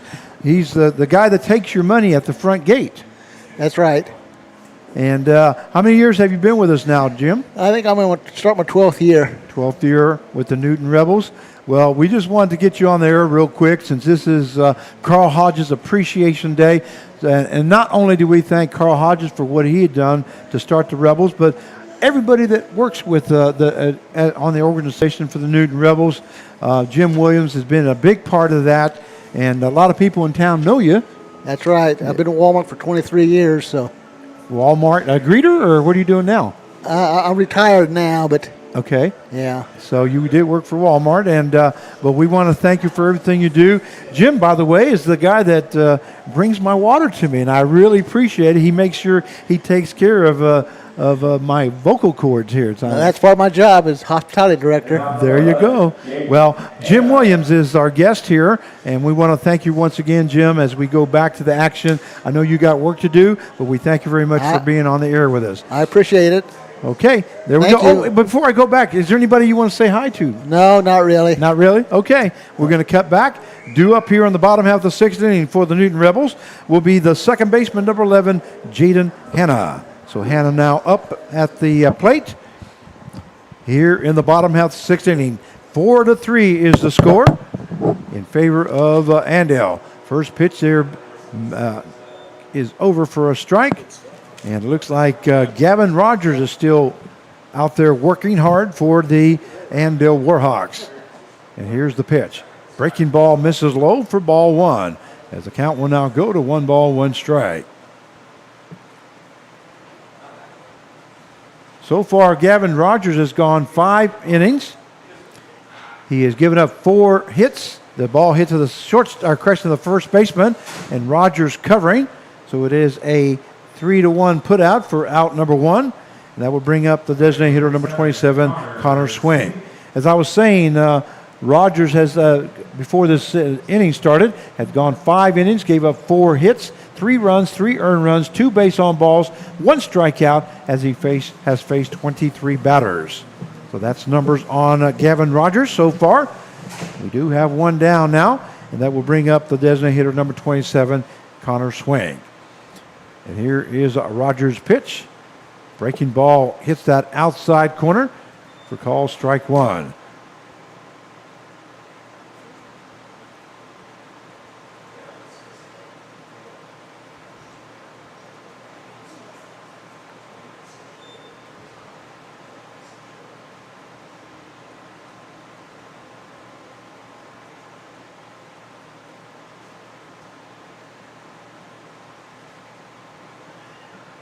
Oh, and 2 now the count. A swing and a miss there by Swink, and he goes down swinging for out number 2. And that is the second strikeout recorded there by Gavin Rogers here in the ball game. So we have 2 down now, and that will bring up the catcher number 16, Anthony Zellner. Bryce Hitler and Henry Clausen. Zellner is 0 for 2 here tonight.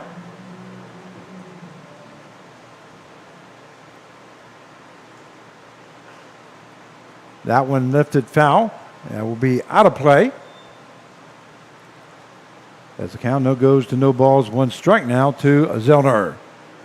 Comes in batting .273 here for the Newton Rebels.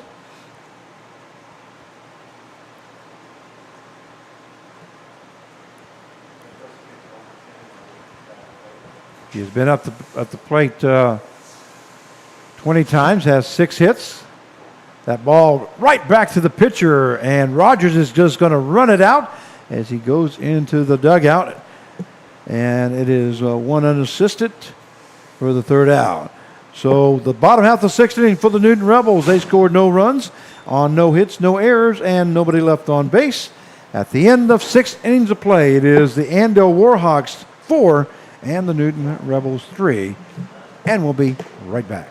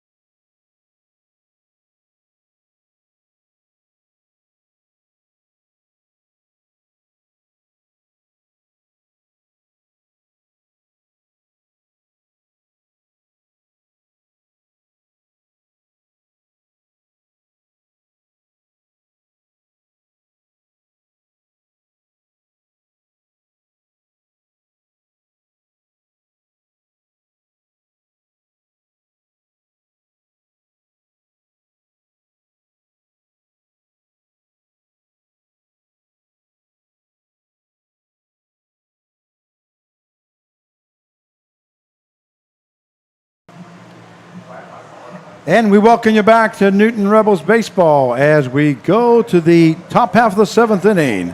Jack Rector will be coming in to do his 2nd inning of work. As he came in the 6th inning.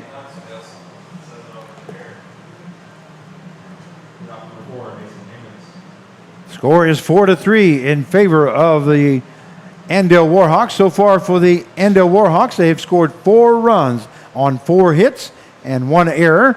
For the Newton Rebels, they have scored 3 runs on 4 hits and 1 error. First batter that he'll be facing will be the 3rd baseman, number 4, Mason Hammonds. Here in the top half of the 7th inning. And my understanding is that Jake Gibbs will be singing "Take Me Out to the Ball Game" between the 7th inning. Or is that your young lady there? She going to be singing "Take Me Out to the Ball Game"? I will not be singing. I guarantee you. You don't want me singing. That ball, line shot there by Hammonds, right past Nolan Riley at 3rd base. As Mason Hammonds records his first hit of the ball game, and that is the 5th hit of the ball game by the Andale Warhawks. That will bring up the center fielder, number 27, Colin Young.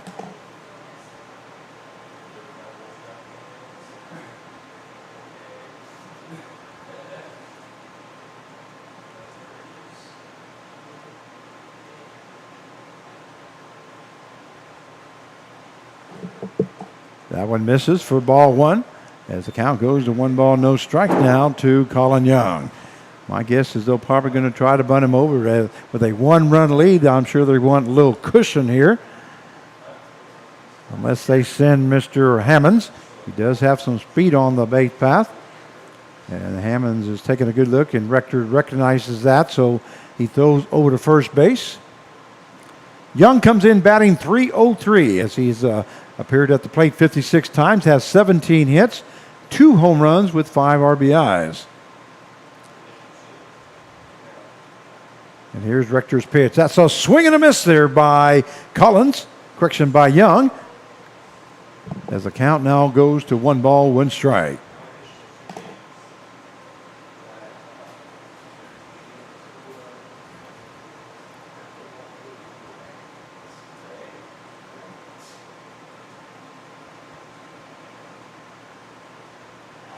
That one fouled off there by Young as the count will now go to 1 ball and 2 strikes.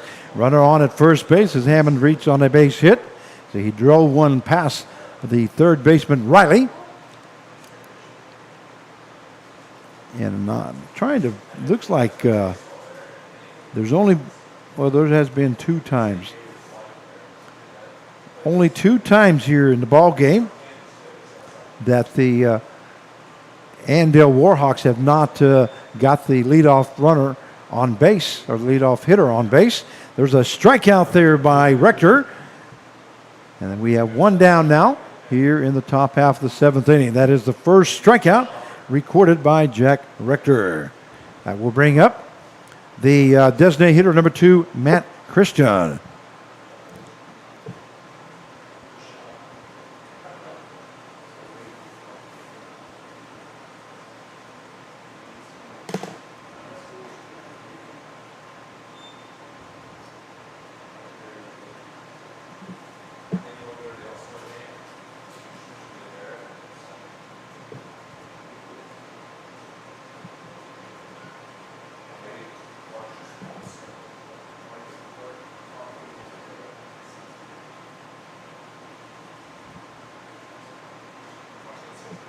That one fouled off there by Christian as the count is 0 balls, 2 strikes.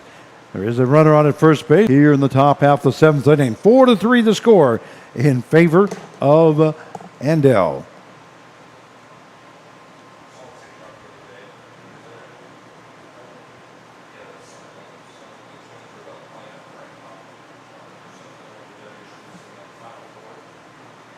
So 0 balls, 2 strikes. And Rector taking a long look. That one hit to the shortstop. Brotman fires to first, but he throws the ball away in the ground.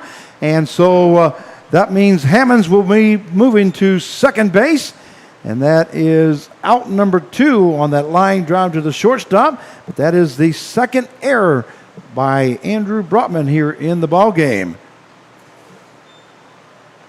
He had a chance to get that double play, but he just threw it into the ground. And so the runner will now be on at second, but there is 2 down. And that will bring up the left fielder, number 34, Josh Bozoan. Well, no harm as long as the man does not come across to score. As we do have 2 down now here in the top half of the 7th inning.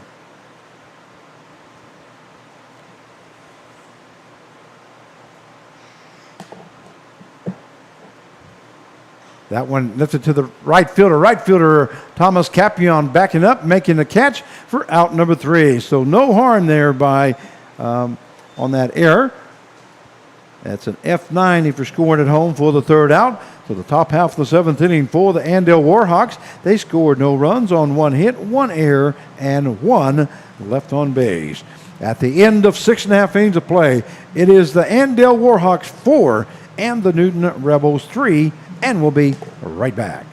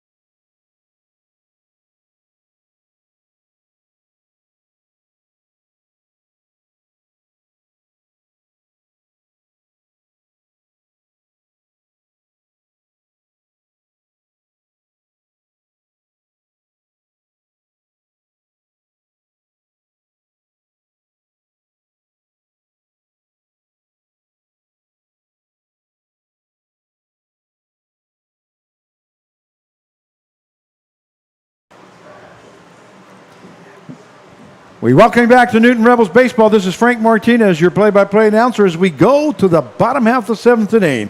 Due up for the Newton Rebels with the left fielder, number 0, Eli Hickman. And coming in to do his seventh inning of work is number 18, Gavin Rogers. And here's Rogers' first pitch. That one misses low and inside for ball 1. Well, the Rogers family, I'm sure, are pretty proud of Mr. Gavin Rogers this evening, as he has gone 6 complete innings now.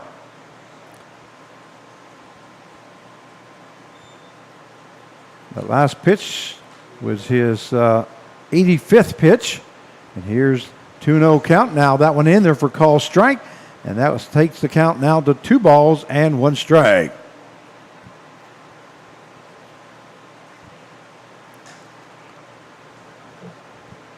That one misses inside for ball 3. So 3 balls, 1 strike now to Eli Hickman. And the Newton Rebels need a base runner here, as they're down by 1 run.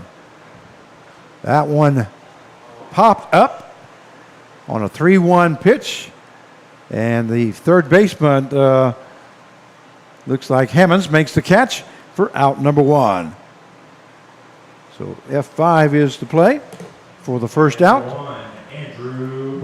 That will bring up the shortstop, number 1, Andrew Brotman. Brotman is 1 for 3 here tonight. He does have 2 RBIs on a single in the second inning. And here's Rogers' pitch. Breaking ball misses outside for ball 1.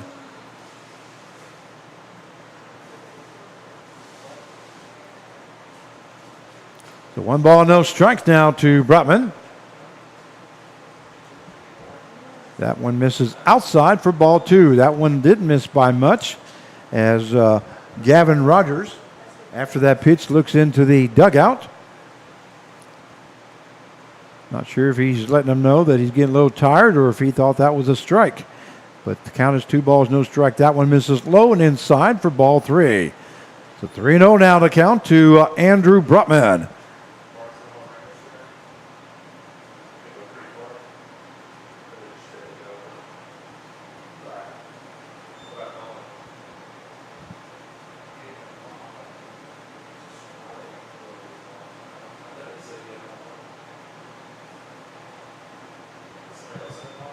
Three and 2 now the count.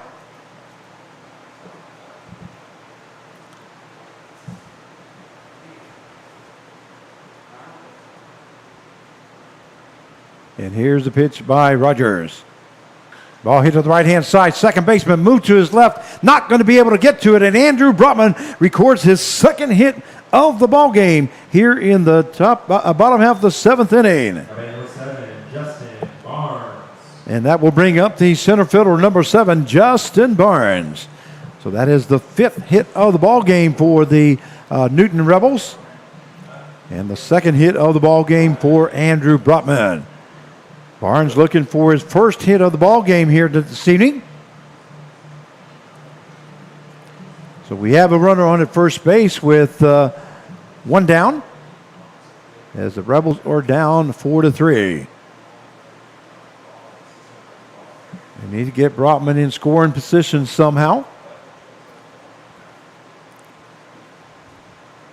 And here's the pitch. Breaking ball in there for call strike.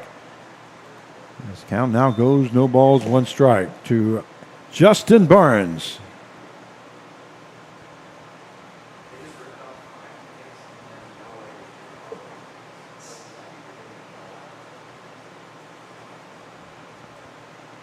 That one gets away from the catcher, but it was down low for ball 1.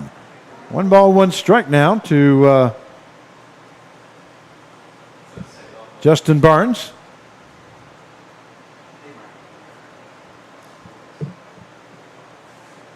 Brotman on at first base. Here in the bottom half of the 7th inning. There goes Brotman, but he's going to get caught out stealing, as that was a great throw there by the catcher, Copeland. And covering was the second baseman, Archuleta. So it is a 2-4 putout for the 2nd out. Brotman just didn't get enough big enough lead there, big enough jump as that ball was there in plenty of time to get Brotman out at second base. That one misses inside as the count now goes to 2 balls, 2 strikes. Window, please. I'm getting a reflection now. Thank you. That one is fouled off there by Barnes. There we go. We'll get that reflection out of your way. We appreciate Jake Gibbs, our assistant GM here for the Newton Rebels, doing a little PA work here tonight. And I don't know how he does it, because if you've ever heard his voice, you'd understand. I'm just teasing you. No, he does a great job for us here for the Rebels. And he's also an ex-player for the Newton Rebels. That one is going to be in, as that took a funny hop on the third baseman, Hammonds, and it bounced over his glove. And we'll see if they score that an error or a hit. Will be a hit there, as that one just jumped right over his glove. So Barnes records his first hit of the ball game. That will be the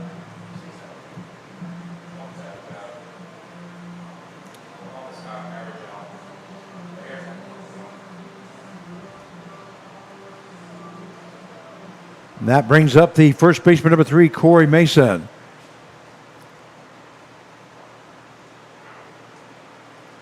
Should be the 5th hit of the ball game. Rebels have, correction, 6th hit of the ball game. No, that is the 5th hit. I'm sorry. Looking at the wrong side there. That one right back up the middle. Is that going to be in it? No, second baseman gets it, and he throws it away. So moving over to third base will be Justin Barnes. That one in between the legs. And here comes Barnes into home, and he's going to be safe. Great job there by Justin Barnes, as nobody was covering home. And the pitcher, Gavin Rogers, finally hustled into home to cover. And by the time they threw the ball to to Rogers, Barnes was in safely. Now takes the score to 4-4 on a hustling play there by number 7, Justin Barnes. The ball was hit up the middle, went by the glove of the pitcher, Gavin Rogers. Also went by the glove of the shortstop, Jacob Woods. And then also went by the glove of the second baseman, Archuleta. But then he finally got the ball and threw to first base, but he overthrew first base. And Justin Barnes goes all the way from first base to score to tie the ball game up, 4-4. We do have an error on the play. That is the second error recorded there by the Andale Warhawks. And that will bring up the third baseman, number 23, Nolan Riley. That one lifted to right field. That one is going to fall in for a base hit by Nolan Riley. Riley records his second hit of the ball game. And that moves Mason over to second base. That is the 6th hit of the ball game now for the Newton Rebels. They'll have runners on at first and second with 2 down, and that will bring up the right fielder, number 8, Thomas Campion. And I'm not sure how you say Happy 4th of July in Hawaii, or I'm sure you say Happy 4th of July. That's right. So happy 4th of July from all of us here in Kansas to the Campions in Hawaii. We hope you enjoy the family time. Breaking ball lift foul by Campion.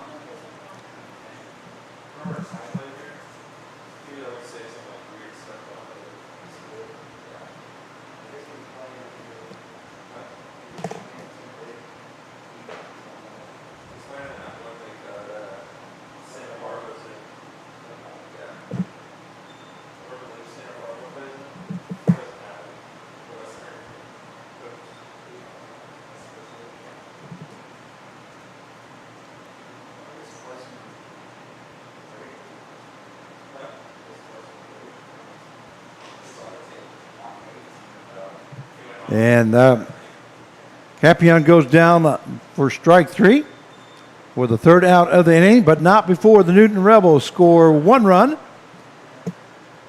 on 2 hits, 1 error, and 2 left on base.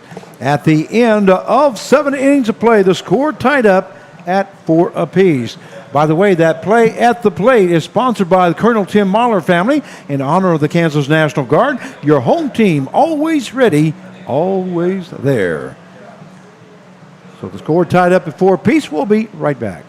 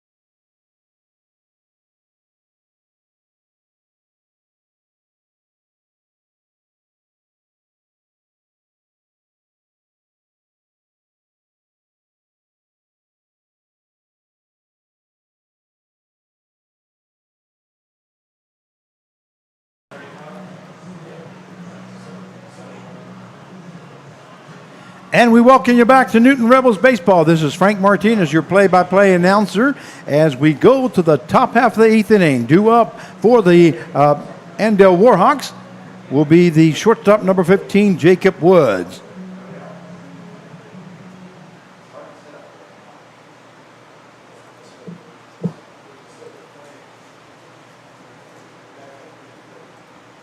Score tied up at 4 apiece. Woods is 2 for 3 here tonight, as he's got a single and a double, has scored 1 run. And Jack Rector ready to go to work. That one misses outside for ball 1. So 1 ball, no strikes now to Woods here in the top half of the 8th inning. 4-4 is the score. Good. And we're joined by Mr. Jake Gibbs now. There he is. Jake Gibbs now on. He is the assistant general manager, but he's also used to play for the Newton Rebels. What year was that? 2015 and 2016. Oh, wait a minute. There we go. 2015 and 2016. 2015-16, he was a pitcher. Also played in the NBC World Series at that time, wasn't it? Yep, 2015 we went and finished the top 10. Finished in the top 10, and then he was a big part of that Rebels team at that time. The count now goes to 3 balls. Correction, that's ball 4. So we're going to put a runner on at first base. It'll be Woods. That'll bring up the first baseman, number 9, Will Hoke. So you have been assistant coach for a couple years now for the Newton Rebels. Yep, I was assistant coach from 2018 to 2020, and then I stepped in as the assistant GM this year. I stepped in for the GM and all kinds of things that you have to do this year that you have not had to do. Of course, most have been tech work and stuff like that. But we just want you to get on the air here. We're going to go back out and let you know that we appreciate everything that you're doing here on Carl Hodges Day, Appreciation Day. And we know that you work hard. You fill in, do a little PA work, and anything else that needs to be done, you seem to be around there. Yep. So filled in for you already once. Filled in for me as a play-by-play announcer. That's right. When I was going on my trip to play some golf, that one in there for call strike as the count goes to no balls and 2 strikes now. The batter is Hoke.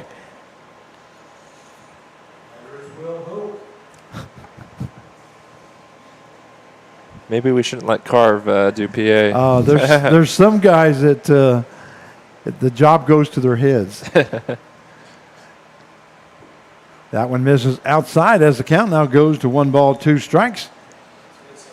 That's right. I forgot that you did fill in for me when I was gone out of town, and I listened in. I thought you guys did a great job. I thought you both did well. I don't know if you had any technical problems that night.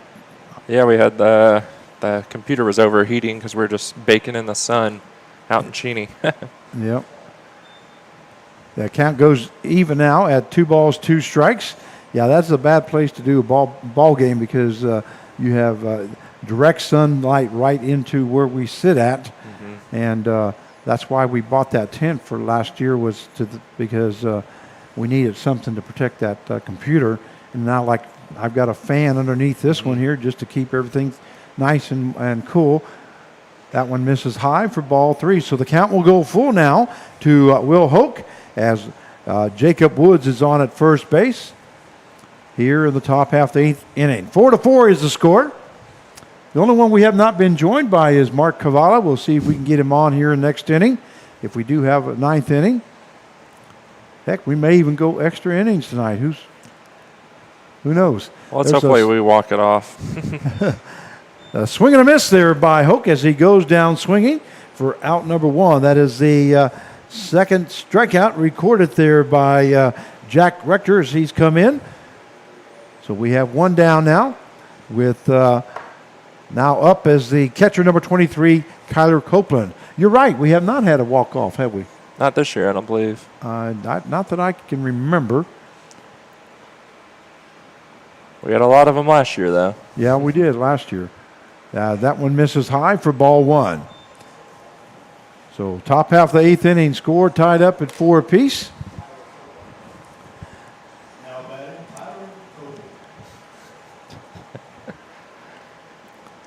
Now we got General Manager Mark Cavallo doing a little PA while Mr. Gibbs is over here talking to us. A swing and a miss there by Copeland as the count will even up now at 1 ball, 1 strike. By the way, did you do any swing and the miss while you were on the air when you did the play-by-play? Yeah, I was trying to imitate you as best as I could. There you go. There you go. You got to catch a little bit of everybody that you hear. That's how you get your own style. There's the pitch now by Rector. That one in there for call strike 2 as he hits the outside corner, and the count will now go to 1 ball, 2 strikes. 1 down here in the top half of the 8th inning. Runner on at first base. Score tied up at 4 apiece. Newton Rebels need a victory here as this is the second game of a 5-game series against the Andale Warhawks.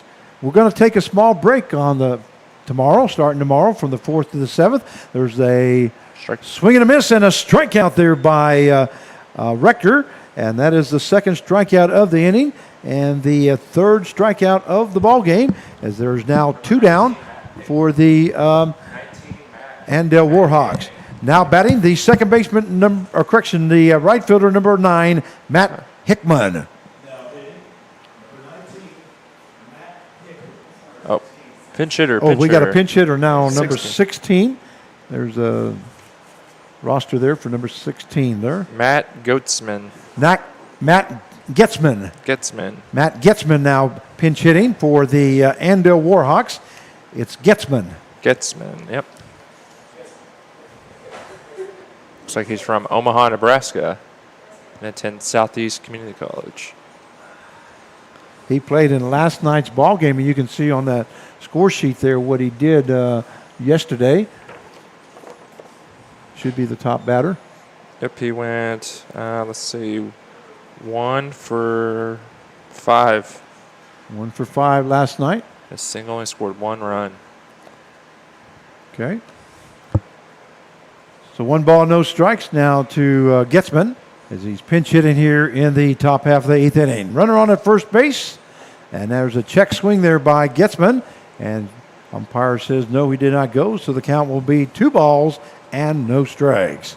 Jack Rector on in relief here of Carson Jacobs, who went 5 innings for the Newton Rebels this evening. Seems like we're getting some pretty good quality work out of our pitchers the last 3 to 4 ball games. Yeah, all the guys have been stepping up and going late into games lately. Which helps out our bullpen. Yeah, you know, especially when our bullpen's really small right now. Yeah, especially since we've had a lot of deflections and defections and everything else, and we're down pitchers.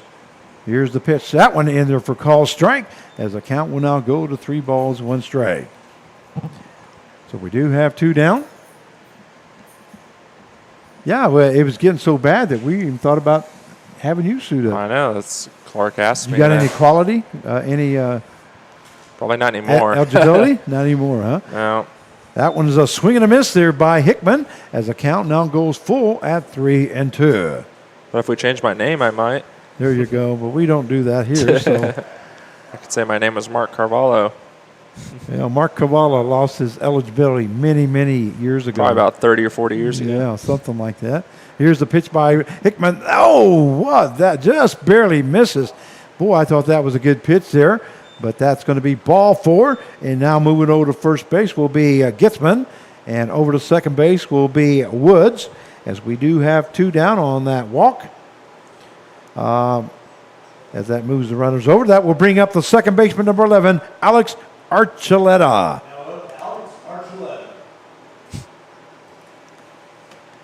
So Alex Archuleta now up. He is reached on a base on balls, reach on an air to the shortstop, and flew out to the third baseman. Here's the pitch by Rector. That one in there for call strike 1, as the count now goes to no balls, 1 strike. We do have 2 down here in the top half of the 8th. There is a go-ahead run now standing at second base for the Andale Warhawks. And Jack Rector ready to go to work on the 0-1 pitch. Taking a long look at second base, and here's the pitch. That one in there for call strike 2, right across the knees, as the count now goes to 0-2. Great pitch there by Rector there, Gibbs. Yeah. He just basically challenged him and threw that one right down the middle. Yeah, Rector's been really competing on the mound the last couple starts for him. In the last couple games he's gone in the pitch, so it's really been a good jump for him from the beginning of the season. And here's the pitch by Rector. That one misses low and inside, as the count now moves to 1 ball and 2 strikes. Well, like we were talking about, as we're down pitchers here in the late in the season, some of the guys have really stepped up. And like you say, the last 4 or 5 ball games we've had, pitchers go 5, 6, 7 innings, and exactly what we needed. Yeah. And then we can get to our back end of the bullpen guys like Zach Gillig and stuff like that. Yeah, and then even Gillig came in to start a game yesterday and went 4 innings or 5 innings and was able to get a good showing. I think he ended up with 8 strikeouts. I know he's sitting at 45 strikeouts so far for the season. That's got to be up there, probably top in the league, huh? Yeah, that is the top of the league. So the count goes 2 balls, 2 strikes. Not only is he leading the league, but he's going to be an all-star. That is called strike 3 right across the knees for out number 3. A great pitch there by Jack Rector, as he has Archuleta looking for the 3rd out. That is the 3rd out of the inning, and that is the 3rd strikeout of the ball game for Jack Rector since he came in the 6th inning. So after 7.5 innings of play, the score is tied up at 4 apiece. Once again, here, let's get you one more time here. We'd like to thank Jake Gibbs, our assistant general manager and ex-player of the Newton Rebels. He's going to go back doing some more PA work. Yep, got to take over Carv's job. There you go. Thank you very much. Yeah, we've had enough of. And we'll be right back.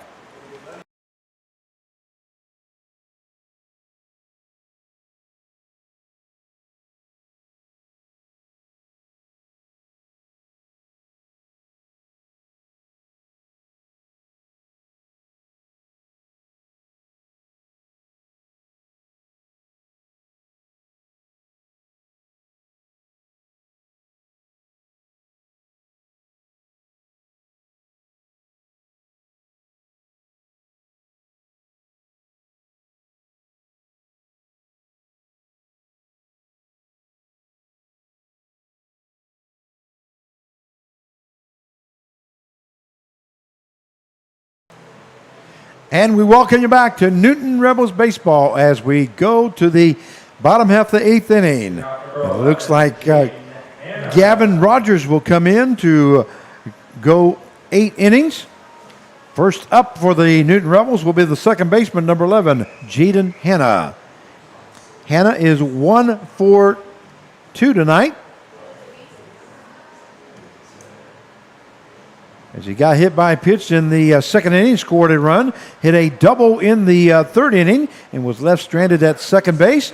And then also he grounded out to the first baseman as the pitcher was covering in the 6th inning. First pitch to Hannah was outside for ball one. And here's the pitch by Rogers. Swinging that one hit into center field. Center fielder backing up, makes the catch for out number one. That is Colin Young getting under it as he makes the catch for the first out. Here in the bottom half of the eighth inning. One out, and that will bring up the designated hitter number 27, Connor Swing. Correction, we have a pinch hitter now, number 51, Bryce Nittler. Bryce Nittler now the hitting for the Newton Rebels. Thank you, sir.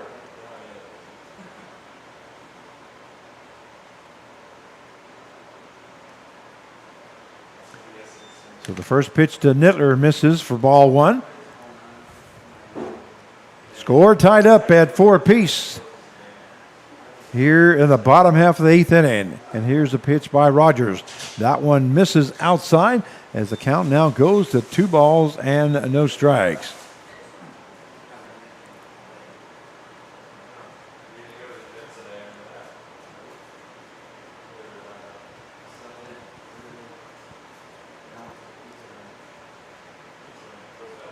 So Bryce Nittler now in relief here for as he comes in to pinch hit for Swink.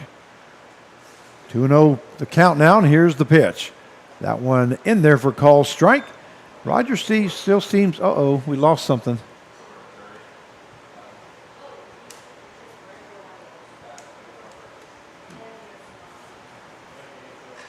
There we go. We got you back. That ball hit into center field. Center fielder backing up, making the catch for out number 2. So Nittler flies out to the center fielder, and that is the second put out by the center fielder here this inning, as we now have 2 down. That will bring up the catcher number 16, Anthony Zellner. And we wished a happy birthday to Zellner's mom, who is in attendance here tonight. She's in from out of town. And it is her birthday, so don't have her first name, but we do wish her a happy birthday. First pitch misses outside for ball one.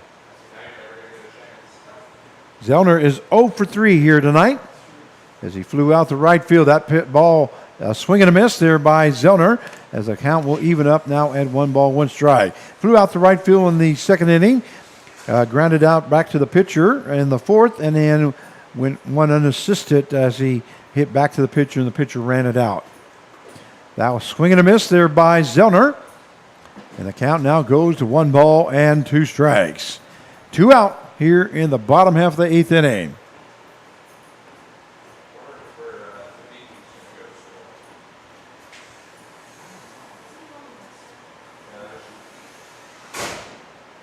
That one misses for ball 2.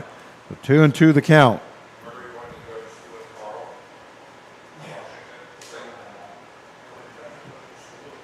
Here's the pitch by Rogers. That one misses low for ball 3.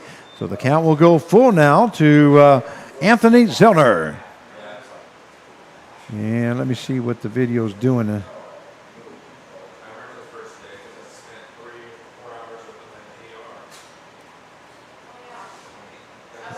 Fouled off there by Zellner. Count stays full now at 3-2.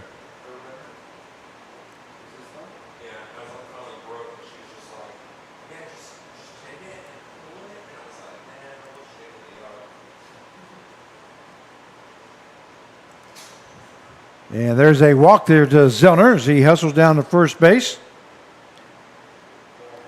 And that will bring up the left fielder, number 0, Eli Hickman. And we may have a pinch hitter here. No, we don't. It's going to be the coach for the Warhawks is coming out, as Rogers has got runner on at first base with 2 down.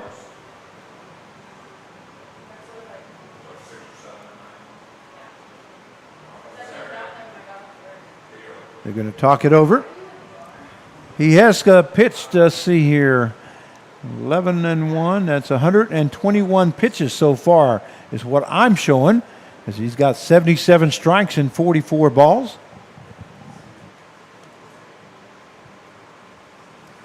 Looks like Rogers is going to stay in the ball game. And once again, the batter is the left fielder, number 0, Eli Hickman. We do have a runner on at first base now with 2 down. Here in the bottom half of the 8th inning. And here's the pitch.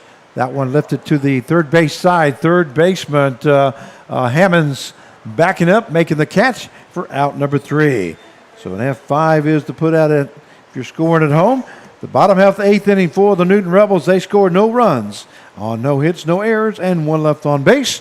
At the end of 8 innings of play, the score tied up at 4 apiece. And we'll be right back.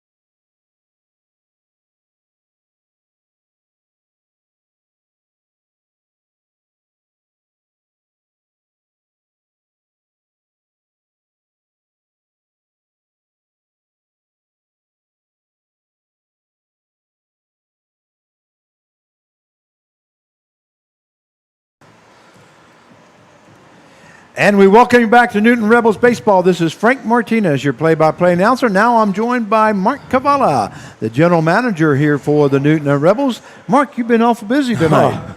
Oh yeah. Well, that's my mic here. Are you on? Yeah.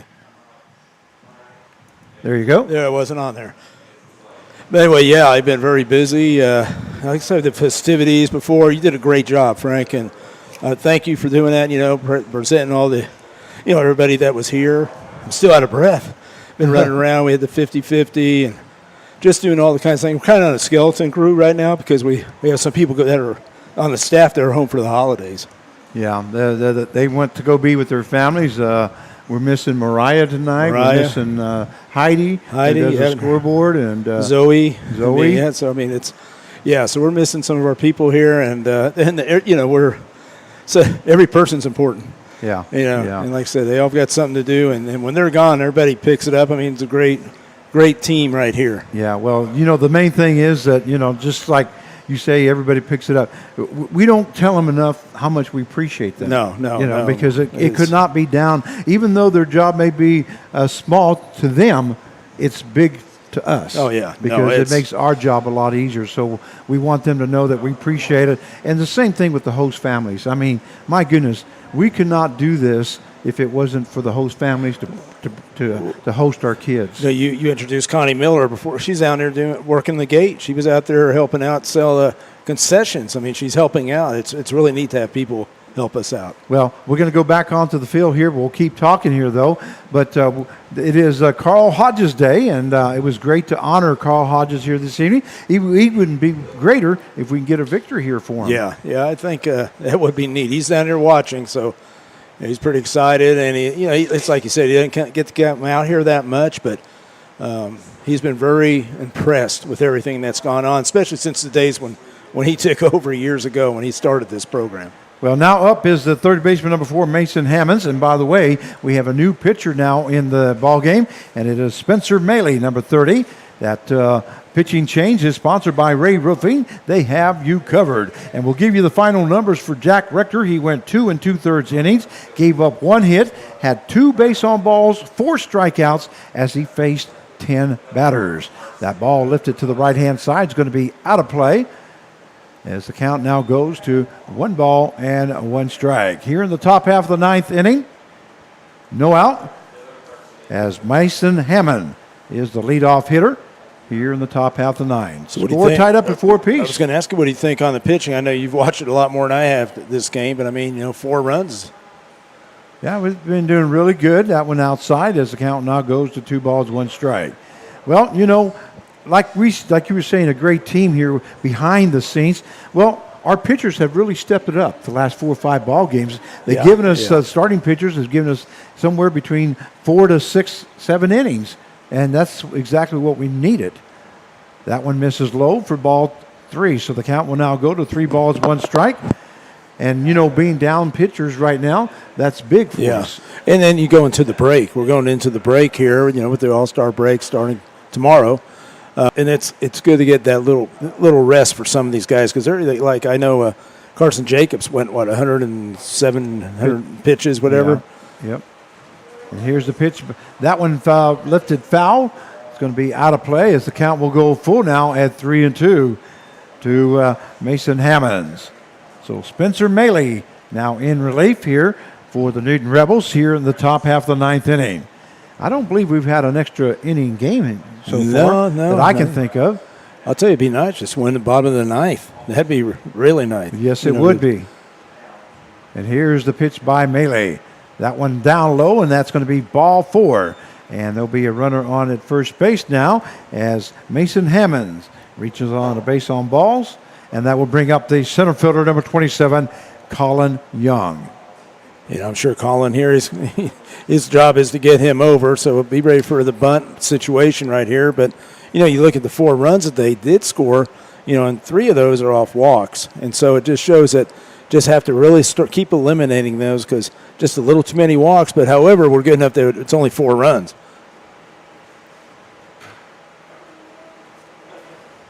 And here's the pitch by Maley. Bunt attempt is fouled off, it looks like, as the count goes to no balls and 1 strike. The batter is Colin Young. Now batting for the Warhawks. Now, just looking at your sheet right there, he's already walked 2 times this game. I mean, that's, so I don't know what's going on. We'll see what happens if he's going to have a bunt again. Well, he is 1 for 2 tonight as he got a base hit and struck out his last time up, and he does square around a bunt, and he misses that one as the count goes down to no balls, 2 strike. Great pitch there by Spencer Maley as he. That's what you want to do on a guy that is going to bunt. Throw the ball a little bit higher. Yep, throw a little higher. Make him pop it up. Pump it up. But also, Mason Hammonds has got to make sure that he sees the bunt down. He's already taken off. Yeah. Well, the last time that the bunt was laid down like that, it was a line shot to Corey Mason at first base, and then he doubled up the guy at third base. There's a swing and a miss there by Colin Young, and that is the first strikeout recorded by Spencer Maley, and that's a big one here in the 9th inning. Again, that's execution. We talk about that every game, and to be a winning team, a championship team, I always said you have to have 80% execution rate. And that brings up the designated hitter, number 2, Matt Christian. Well, you talk about execution there. Well, Young did not execute that time. No. And that's, like you say, that can go one way or the other on both sides there. And there's the ball. Oh, throw to first base, and they're going to get him out at first base. What a great pickoff move there by Spencer Maley as he got Mason Hammonds leaning the wrong way. And a great tag there by Corey Mason at first base, and now there is 2 down. Yeah, and that's what we was talking about. Hammond's being a little too aggressive, especially with a left-handed pitcher up there. So we got 2 down now here in the top half of the 9th inning. That's a big, big out. And Matt Christian now with a batter.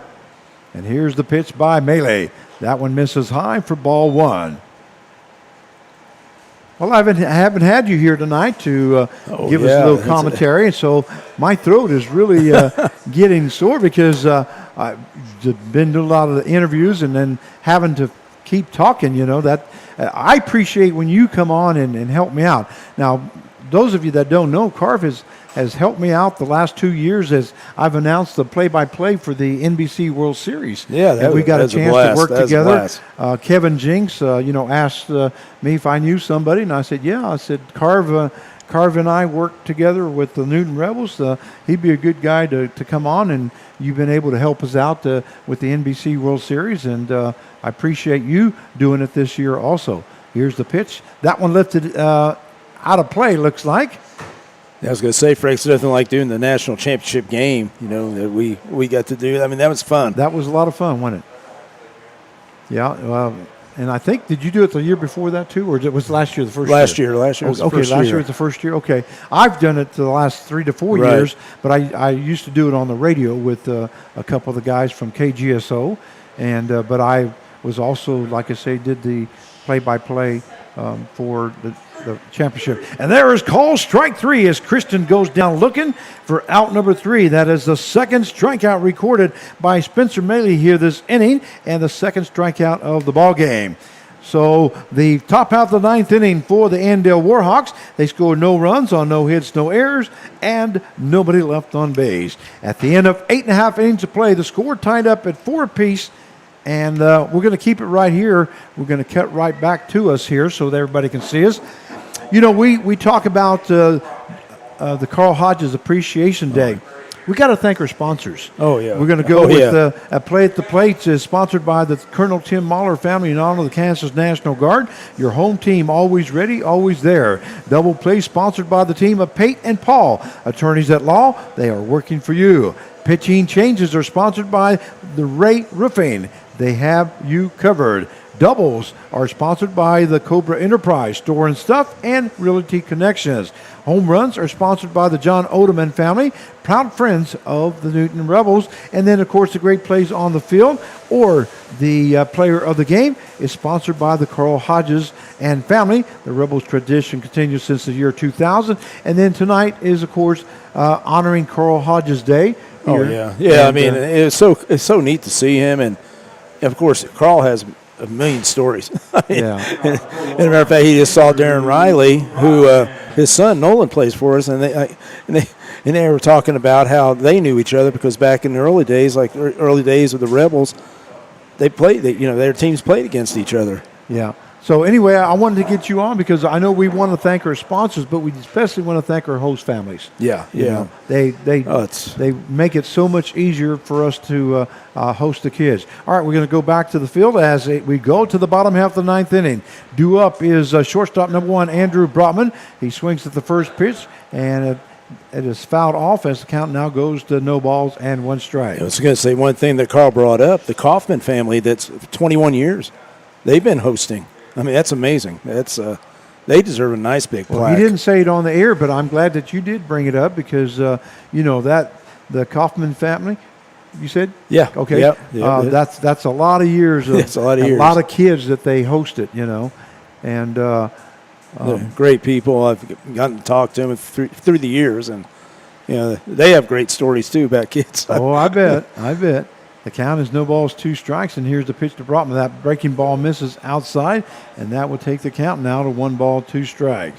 So far, Brotman is 2 for 3 here tonight. Yeah, and he's a guy that you want up. I'm sorry, 2 for 4 here tonight. In top of the lineup, leadoff guy. He's used to getting on base. That's all he has to do, get going, and then again, here goes the execution. So we'll see what happens. 1 ball, 2 strikes, and here's the pitch by Rogers. That breaking ball misses low for ball 2. So that will even up the count now at 2 balls, 2 strikes. And if we were to do a player of the game on the Andale team, I would have to go with Gavin Rogers. He's given them now 9 innings of work, and he's really done a great job there for the Warhawks. That ball is fouled off there by Andrew Brotman as he's only allowed 4 runs on 6 hits and has just done a fantastic job there for the Andale Warhawks. Yeah, and the Warhawks, you got to hand it to them too, because they lost like 6 pitchers in the last week. So they're trying to make it through the season, and they're doing a good job right now. Their ball hit by Brotman. That's going to be lifted to the second baseman. Second baseman gets under it. That's Archuleta makes the catch for out number 1. So an F4 for the putout, and we do have 1 down now here in the bottom half of the 9th inning. Due up now for the Newton Rebels will be the center fielder, number 7, Justin Barnes. And you look at it, this is their 5th time around. Their 5th time around that the Rebels have faced Rogers. That's pretty rare. That is pretty rare. The same pitcher. And so Barnes now coming up. You know what? If old Barnes gets one in the gap somewhere, he's got a lot of speed. Oh, yeah. He could very easily end up at third base there if he can get one in the gap here. And here's Gavin Rogers' pitch. That ball hit to the right-hand side is out of play as the count now goes to no balls, 1 strike. Yeah, I'd like to see Justin get on, and he had some hot games. I've seen him and he slumps a little, whatever. Just like any hitter. Here's the pitch by Barnes as the count now goes to no balls, 2 strikes. And it looks like Gavin Rogers still hasn't lost anything. He's pitched a lot of pitches here in the ball game. I'd say he's got to be at 130. That one hit hard there by Rogers, but the left fielder coming up to make the catch, and that was Bozoian for out number 2. Boy, they sound awful loud, but you know why it sounds loud? We got that microphone out there, and it comes into the ear pretty loud. Yeah, mic definitely works, but yeah, he just missed that a little, and there's no means I was thinking he's trying to hit a home run, but he just got under it a little and missed a fly ball F7. We'll bring up the first baseman number 3, Corey Mason, and here's the pitch by Rogers. That one misses high for ball 1. Well, one thing I don't want is extra innings because I've got to be at the Mexican-American tournament. I've got 6 ball games to announce tomorrow, and I got to be there by 7 o'clock in the morning because the first game starts at 8 o'clock. And you have to have your voice. Oh, I got to have the voice, but I'm not worried about my voice because I'm sure they're going to have some menudo there, and I've got to have some menudo. Have you ever had menudo? It's been a while, yes. Yep. Have you ever had menudo, Jake? Oh, no. man, you're missing out.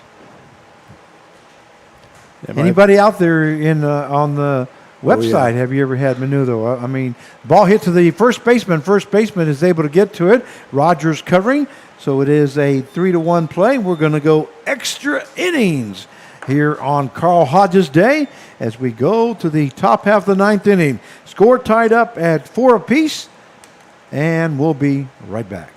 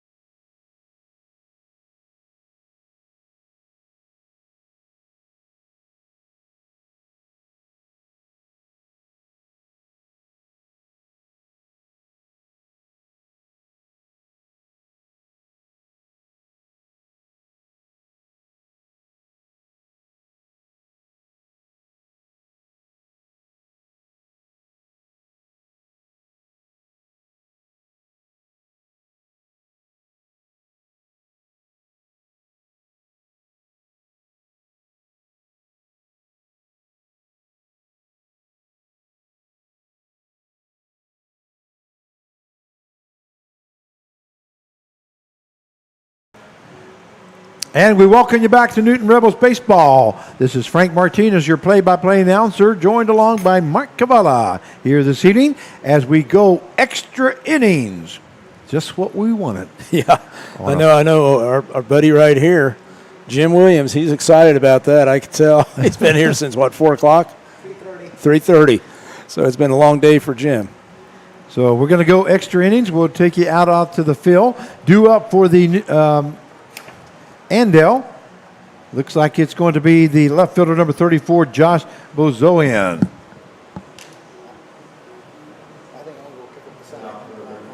He'll be followed by Woods and Hope. Will I still be here? Yeah, I'll make a round, and if I'm still here, I'll call you on the way home. okay. I might come back. I only got 4 senators around the block here.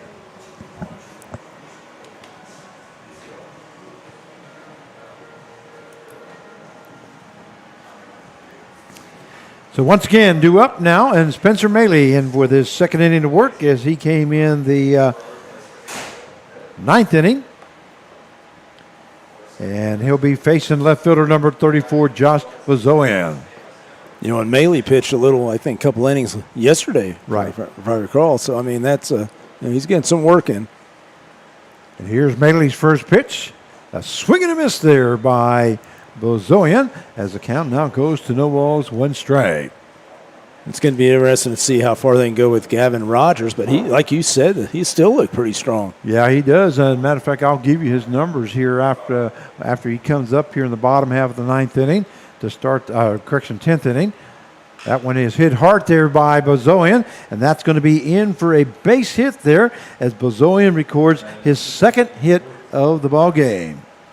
And he just waited on that, and just drove it between the shortstop and the third baseman. And I'm sure there'll be a bunt laid down here shortly.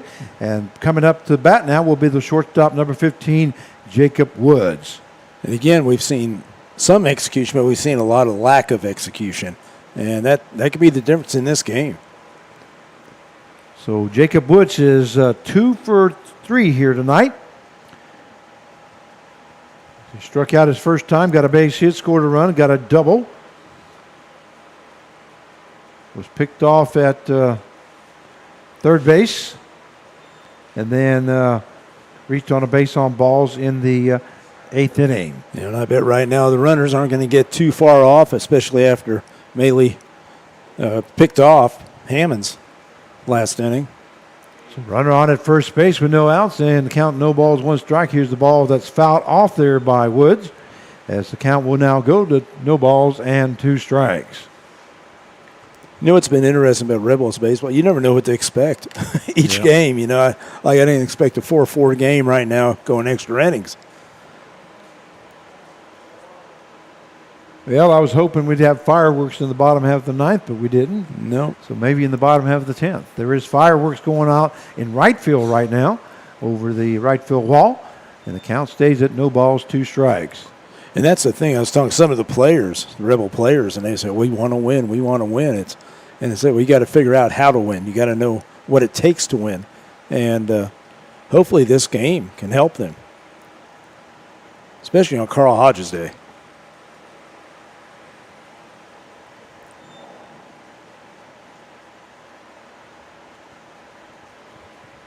But it is a beautiful night, Frank, out there. I mean, it was beautiful just running around, especially when on the field when you were out there earlier. Everything's nice. So the count is 1 ball down, 2 strikes to Woods. Spencer Maley's on. And Bob Brotman is asking, what is it? I'm not sure what he's talking about there. I've missed something, apparently.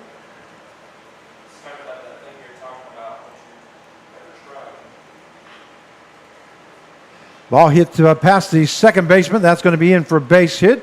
Stopping at second base will be Bozoian. And Woods is in with his correction. Make that the 3rd hit of the ball game. That will bring up the first baseman, number 9, Will Hope. He's talking about that stuff that you said have we ever tried. Oh. Okay. What he's asking about is, now I get it. Thanks to Jay Gibbs, he's wanting to know what it is, what menudo is. There you go. There you go. Well, menudo is what we call in the Mexican culture the breakfast of champions. He's going to ask, what's that? You want to know what it is? You may not want to know what it is, but I guarantee you, if you have a hangover, this is the thing that you want to eat for breakfast. It will get rid of a hangover. I never had one, hint, hint, or wink, wink, but I've been told that if you have a hangover, that menudo is the best thing for a hangover. But it is basically a soup that's got hominy in it, a lot of spices, and it's the lining of a cow's stomach. And it's delicious. And somebody just threw up to the left of me. I'm sure Bob's glad he asked now, Right, Bob? Yeah. So anyway, that's what menudo is. If you want to know what it looks like, Google menudo. Not the group, not the singing group. No, it's close. But you'll see what it looks like, and it's just delicious. Jay Gibbs is throwing up over here to the left of me. I knew if I told him he was gonna do that. Let me see. Again, we talked about the lack of execution. Try to bunt foul. It's 2-1. 2-1 count. So. Okay, the count is 2 balls, 1 strike. Runners on at first and second here in the top half of the 10th inning. And now up is Hoke as he's trying to square around the bunt, and that one's inside as the count now goes to 3 balls and 1 strike. That one almost hit there, Hoke, as he turned around. Yeah, he's going to have a good pitch to hit right now if that's what he chooses to do. I don't know if they're going to have something on. It'd be also a good pitch to bunt. So Hoke is now trying to move runners over. First baseman is in. Third baseman is in. And here's the pitch by Maley. That one misses for ball 4. Maley thought that was across the plate. And now the coaching staff asked exactly where that was at. But that will load up the bases now here in the top half of the 10th inning. And that will bring up the catcher, number 23, Kyler Copeland. So 2 base hits in a row. That moves Bozoyan over to third base, Woods to second, and Hoke out to first base. Copeland has struck out twice here in the ball game. Reached on a base on balls and reached on a fielder's choice. The infield is in now.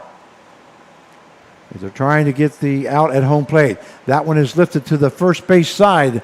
Mason not going to be able to get to it as the count now goes to no balls and 1 strike.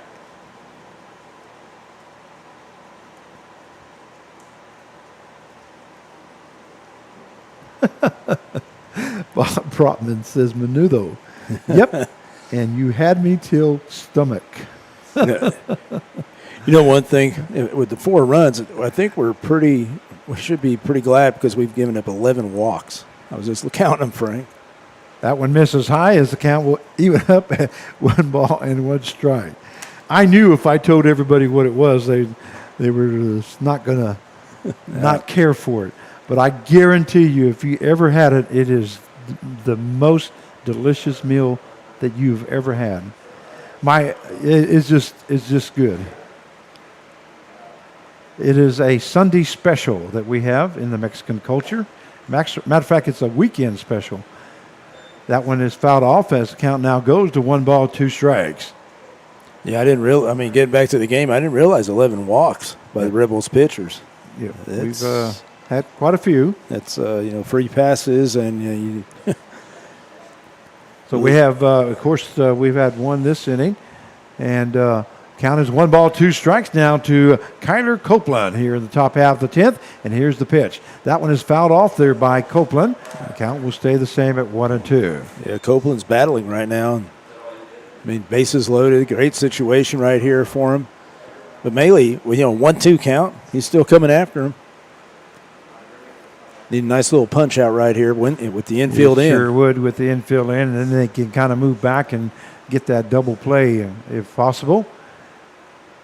The one thing about it is a hard hit ball will definitely get by quickly. That one just misses outside as the count now goes to 2 balls, 2 strikes. Maley thought he might have had that one as he lifted that left leg, thinking that he was going to get the call but didn't get it.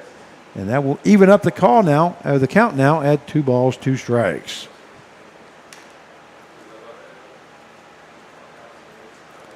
And here's the pitch by Maley. That one lifted to the right-hand side. Right fielder Thomas Capion comes in now and hustles the throw in to Mason. So no runners will not advance. Great job there by Thomas Capion.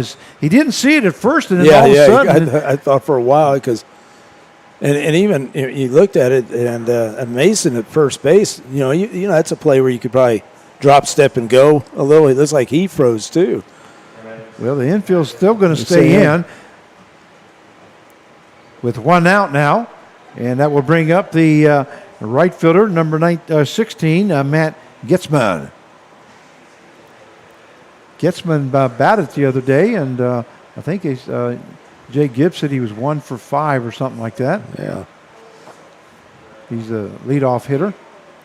That one is fouled off there by Getzman as the count goes to no balls, 1 strike. Yeah, you're right. He was 1 for 5, had a base hit, got on in there, and then struck out. But he put the ball in play, except 1 time. So, yeah. Well, not only is the infield in, but the outfield's kind of in a little bit too here. They don't want anything to drop in front of them. Of course, we don't want anything over their heads either because that'll score some runs. But here is Maley's pitch. That one just misses. High for ball 1. That will even up the count now at 1 ball, 1 strike. We are in the top half of the 10th inning. The score tied up at 4 apiece with the bases loaded and 1 down. And Andale threatening here in the top half of the 10th.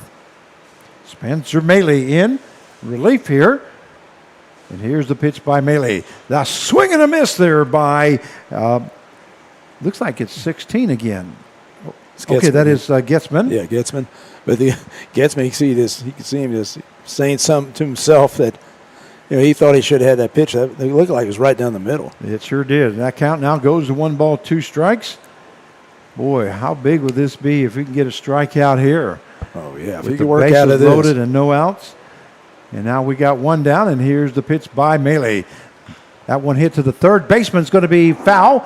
Oh, what a great play there by Nolan Riley, as he didn't take any chance whatsoever whether it was going to be called fair or foul. And he got to the ball and he threw a strike into home for the force out, but it was a foul ball. And that's what you do. Third. I mean, I see too many guys like they just assume it's foul ball, then they just don't throw it, and the umpire says, no, it was fair. Yes. He threw it right there, perfect. And then by the time you throw it, it's too late.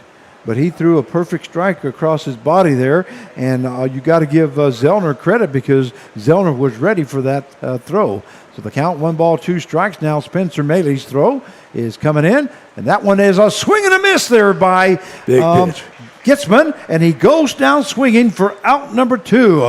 What a great pitch there by Spencer Mealy as he got Getzman swinging down at low below his feet there for the second out. Now the infield can move back now. And now batting will be the second baseman, number 11, Alex Archuleta. Yeah, and you want to get this guy because the next guy is at the top of the lineup, and they've done a lot of damage. So you want to make sure get this guy, focus. Well, Archuleta he did strike out his last time up. And here is Mealy's pitch. That one hit back to the shortstop. Shortstop is going to go to the second baseman, Hanna, covering for the force out. And what a great job there by Spencer Mealy as he comes in and strikes out the next 2 guys. Correction, got a fly out to right field and then struck out the next guy and then gets a 6-4 play for the I'll tell you, third out. Frank, do the Rebels do anything easy? I mean, that's how it's been so far this summer. It's like right there, just get the base load and no outs, but they worked out of it. So the top half of the 10th inning for Andale, they scored no runs on 2 hits, no errors, and 3 guys left on base. Once again, the top half of that 10th inning, correction, they got the bases were loaded with no outs. Yep. And Mealy got out of it here in the 10th inning. So great job. So at the end of 9 1/2, it is 4-4, and we'll be right back.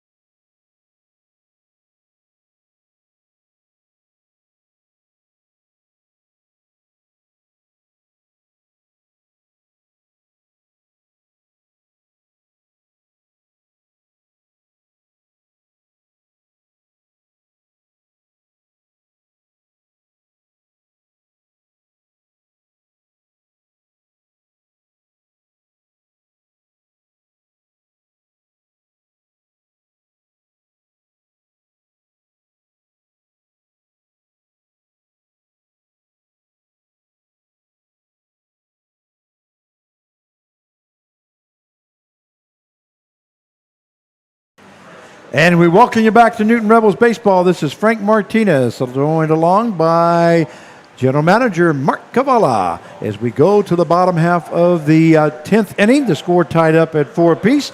And we're going to have a new pitcher now. Now pitching for the Andale Warhawks will be number 30. And you said that was who? Ethan Ballman. He's from Colwich, Kansas. He just played his last year there at Pratt Community College. In other words, a teammate, which it's like Zach Gillig will know him pretty well because Zach was there at Pratt with him. So Bobbin, you say? Ballman. Ballman. Okay. Ethan Ballman now coming in to pitch, and I'll give you the final numbers here for Gavin Rogers, who went a total of 9 innings for Andale. He gave up 7 hits, 4 runs, 3 earned runs, 3 base on balls, had 3 strikeouts as he faced 39 batters. And we'll see if we have a pitch count on him. Yeah, that's what I was going to check too. Yeah, you can give us that information. Due up here in the bottom half of the 10th inning for the Newton Rebels will be the third baseman, number 23, Nolan Riley. The first pitch there by Ballman is ball one, as that misses high. Well, we need base runners here, Carve. Yeah, definitely. Need a victory here. That pitch in there for call strike, as the count will even up now at 1 ball, 1 strike to Nolan Riley. Ethan Ballman now in relief for Andale. Breaking ball misses high for ball 2. Like I said, you get the right kind of guy up there. It's going to be patient. Like he'll probably lead the team in walks because. And here's the pitch. That one hit hard there by Brotman, as that's going to be in for a base hit there by Andrew Brotman. And that is Brotman's third hit. I'm sorry, Nolan Riley. Nolan Riley, yeah. Did I say Brotman? I apologize. The reason I was saying Brotman is because I was looking at the comments there by Bob Brotman. My apologies. That is Nolan Riley with his third hit of the ball game. Okay, so now he will be on at first base. Now here's what we talked about last night. Thomas Capion. Okay, he's an experienced player. This is his kind of situation. He's been through this a lot of times. Let's see what happens here and what Coach Clark's going to do. That is going to bring up the right fielder, number 8, Thomas Capion. We'll see if the bunt is on or not. They're planning it. They are planning, and he does foul that one off as the count goes to no balls, 1 strike. Runner on at first base. Yeah, Tom's got to show his experience right here. Believe in himself. And if it's a bunt, bunt strikes. It's bunt strikes and just get him over. I mean, basically, if he could push it to the right side, because if you got third base, it's playing way in. Yeah, third baseman's going to get to the ball quickly. You want to move that ball to the right-hand side. There is Capion squaring around. He does lay bout down the first base side. What a great bunt there by Capion. Nobody at third base, and moving over to the third base will be Nolan Riley. A great job there by Nolan Riley as the third baseman came in to get that. The first baseman, but first of all, what a great execution by Thomas Capion. He didn't look good that first pitch. Looked great that second pitch, but small ball, I'll tell you, man, it can help. It still works. I know guys don't want to do it, but if you want to win ball games, especially close games, you got to learn how to do small ball, how to execute that. Now it's Thomas Capion did show his experience and got him over to third base. That was a sacrifice there by Thomas Capion.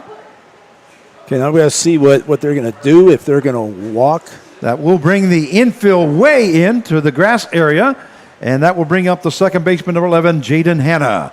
And here's the pitch. That one misses low for ball 1. So we do have one down now here in the bottom half of the 10th inning. Runner on at third base. The score tied up at 4 apiece. And the Rebels threatening. It's going to be interesting to see what they do. That outfield's not real far in right now. And that one misses outside for ball 2. And they might not give them too much to hit right here. If they can walk, I mean, they got 2 bases that they can walk a guy right now. It's only 1 out. There is 1 down now. Jaden Hanna, the batter. And here's the pitch. The hard hit ball to the first base side, but it is going to be foul as the count will now go to 2 balls and 1 strike. So they're rolling the dice, hoping that Hanna just keeps it in the infield. Hanna can hit it hard, so let's hope that he gets somewhere in the gap here. And he's an experienced player, too. So you got a couple of experienced guys. He's like a senior. Hard hit ball to the second baseman. Second baseman does get it on the second bounce and goes to first base for out number 2. So there's a 4-3 put out for the second out. And now we do have 2 down. And that will bring up the designated hitter, number 51, Bryce Nittler. Nittler flew out to right field his last time up as he came in the 8th inning to pinch hit. Nittler comes in batting.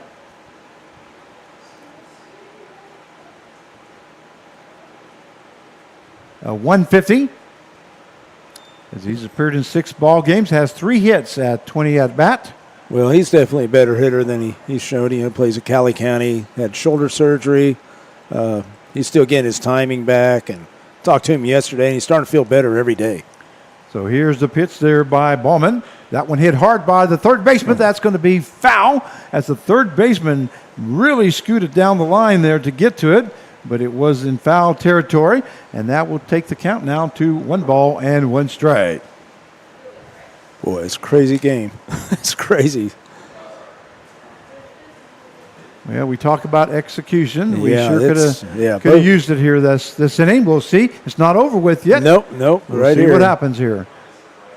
Swing and a miss there by Nittler, and the count will now go to 1 strikes. Now, right here, just needs to cut down that swing. Use that 2-strike approach.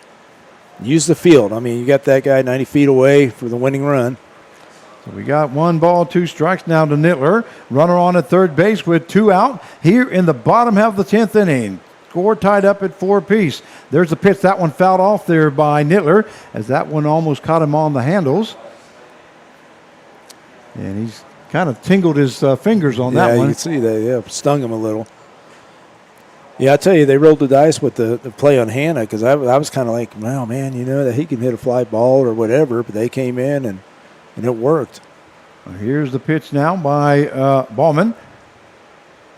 That ball lifted into the infield, or actually the catcher, Oh, and it's going to be out of play. you could hear that one. Yep, when I hit the in the stand area.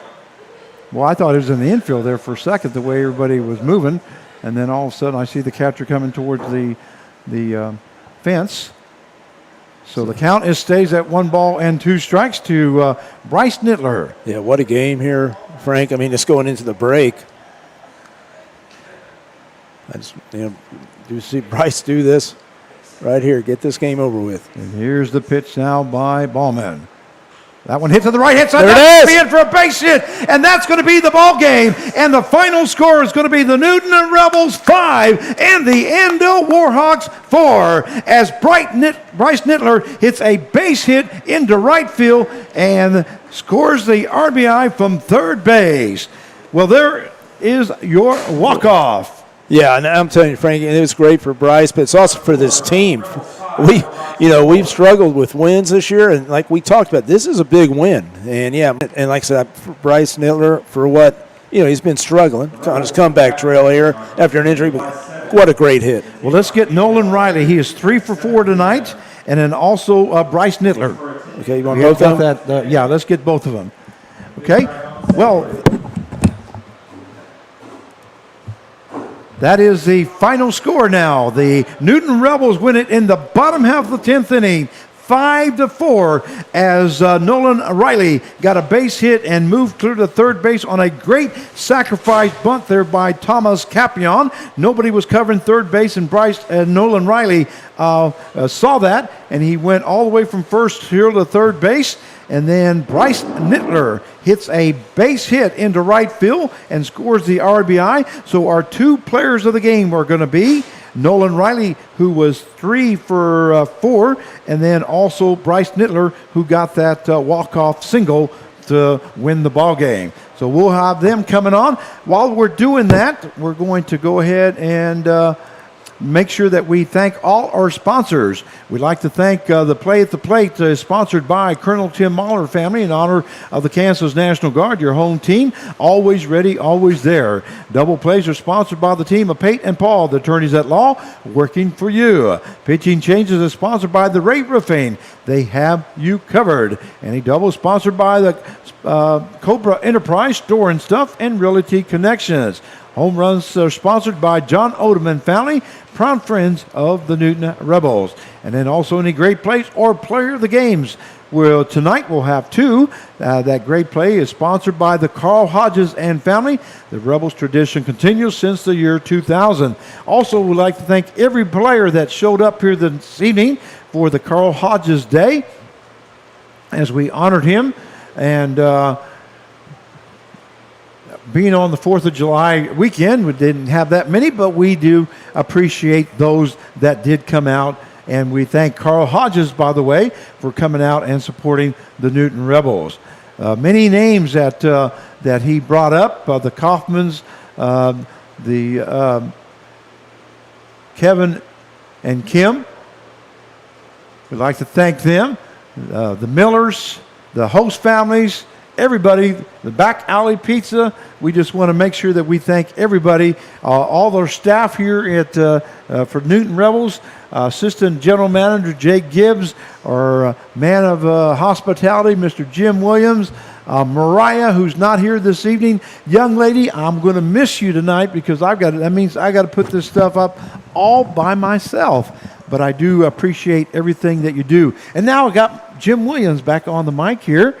And once again, we will have 2 players of the game. They're going to be Nolan Riley, who went 3 for 4 here this evening, and also Bryce Nittler, who was 1 for 2 and had that winning RBI and the base hit for this evening. So they will be coming up here just shortly, hopefully. Carr's supposed to be getting them, yeah. And here they come. So Jim Williams, we thank you very much, sir, for all you do. Thank you. Okay, and we have, who do we have here? Bryce Nittler. Okay, we're going to get Bryce Nittler on first. So welcome to the player of the game, Bryce Nittler. Congratulations, you went 1 for 2. You had the winning base hit into right field and the winning RBI. I felt good, didn't it? Oh, yeah, it feels amazing. Oh, a second here. Let me get you on. There you go. Can you hear now? Oh, yeah, it feels amazing to be able to do that for the team and get a good win. Finally get a win here, and as we go into break, once again, the Newton Rebels won't be playing from the 4th through the 7th. Won't be back in action until the 8th. So, but Bryce Nittler comes through for the Newton Rebels here in the bottom half of the 10th inning as he goes 1 for 2 and gets the winning RBI and the winning base hit. Bryce, the way we do it here is, but by the way, that player of the game is sponsored by Carl Hodges and Family. Just happens to be Carl Hodges Day here this evening. But the way we do it is we ask you who your parents are, and they are? April Nittler and Jason Nittler. Okay, you want to say hi to them there? Hi, Ma. Okay, and then also who your siblings are? I got a sister, Sydney. Okay. Hey, Sydney. Sydney. And then what college you go to? I went to Cali Community College. Cali Community College. And then also who your favorite player is? My favorite player probably had to be Bryce Harper. Okay, Bryce Harper. And then the last thing that we ask you, and that is if you would have 5 minutes to spend with somebody, who would that be? Probably my dad. Your dad? Yep. Okay, well, that's great answers. And being a dad of 8, I appreciate that because I would love that my kids would think that same way. So we do want to thank you very much for being the player of the game, gets the winning RBI and the winning base hit. Once again, Bryce Nittler, our player of the game here this evening, courtesy of Carl Hodges. Anybody else special you'd like to say hi to before you get off? No. Because if you don't say hi to that one special person, you're going to hear about it. Grandpa Jan, hi. There you go. That's where I was leading you to. All right, now coming up now, we got Nolan Riley, who was 3 for 4 here this evening, scored 2 runs and scored the winning run as he was standing at third base. So Nolan Riley, now player of the game. Nolan, congratulations for being player of the game. You were 3 for 4, or let's see here. Yeah, 3 for 4 tonight with a double, 2 base hits, 2 runs scored. But you, most importantly, your hustle on that bunt bustled all the way to third base and gave us a chance to get you in for the winning run. Congratulations on that hustle. How did it feel? It felt good. Finally get back in the win column. Hopefully we keep it going. Keep it going. We're going to get a break now. And like I say, we're not going to play ball from the 4th through the 7th, but we will be back in action on the 8th against the same Andale team. So I'm not sure whether we go to Andale or here at home, but it'll be here? Okay, it'll be here at home. So we will be here on the 8th, that is. So, but you know the routine here, the way we do things. Who's your mom and dad? Darren and Renessa Riley. Okay, and then who your siblings are? I have a little sister, Camry. Okay, I'm sure you want to wave at her, right? Yeah, if she's watching. I doubt it, but. You doubt it now, huh? Let's see, it's 10:11. I don't know what time it is at your place. Yeah, 10:11. Okay, and then what college you go to? University of Arkansas, Fort Smith. Okay, and then who your favorite player is? Okay, and the last thing we ask is if you had 5 minutes to spend with somebody, who would that be with? Still be Derek Jeter. Derek Jeter. We had you on before, and we've had those answers before, so you stayed true. Yep, Derek for sure. Jeter. Okay. Well, once again, anybody special that you'd like to say hi to before we get off the air? I mean, anybody still tuning in and watching, we appreciate it and hope to bring some more wins like tonight. Well, the Rebels win this evening, 5-4 on a walk-off single by Bryce Nittler, and Nolan Riley scores that winning run here this evening to win 5-4. Don't forget, no action tonight, or from the 4th to the 7th, but we will have the All-Star game on July the 5th. At X Stadium. The Newton Rebels will not carry that game. We'll have Andrew Brotman, Corey Mason, Nolan Riley, All-Star, and then also Zach Gillick will be our 4th All-Star representing the Newton Rebels, and then I'll be the PA guy for that ball game. So actually we'll have 5 of us there. That'd be great. And the Newton Rebel channel will not be carrying that, but the Sunflower Collegiate League will be carrying that, and I will be on the PA. So the KGSO, I believe, will be doing the play-by-play for that ball game. So we thank you all very much for joining us in. On behalf of General Manager Mark Cavala, Assistant General Manager Jake Gibbs, and all our staff and management here for the Newton Rebels, the Rebels win 5-4 on a walk-off base hit in the bottom half of the 10th inning.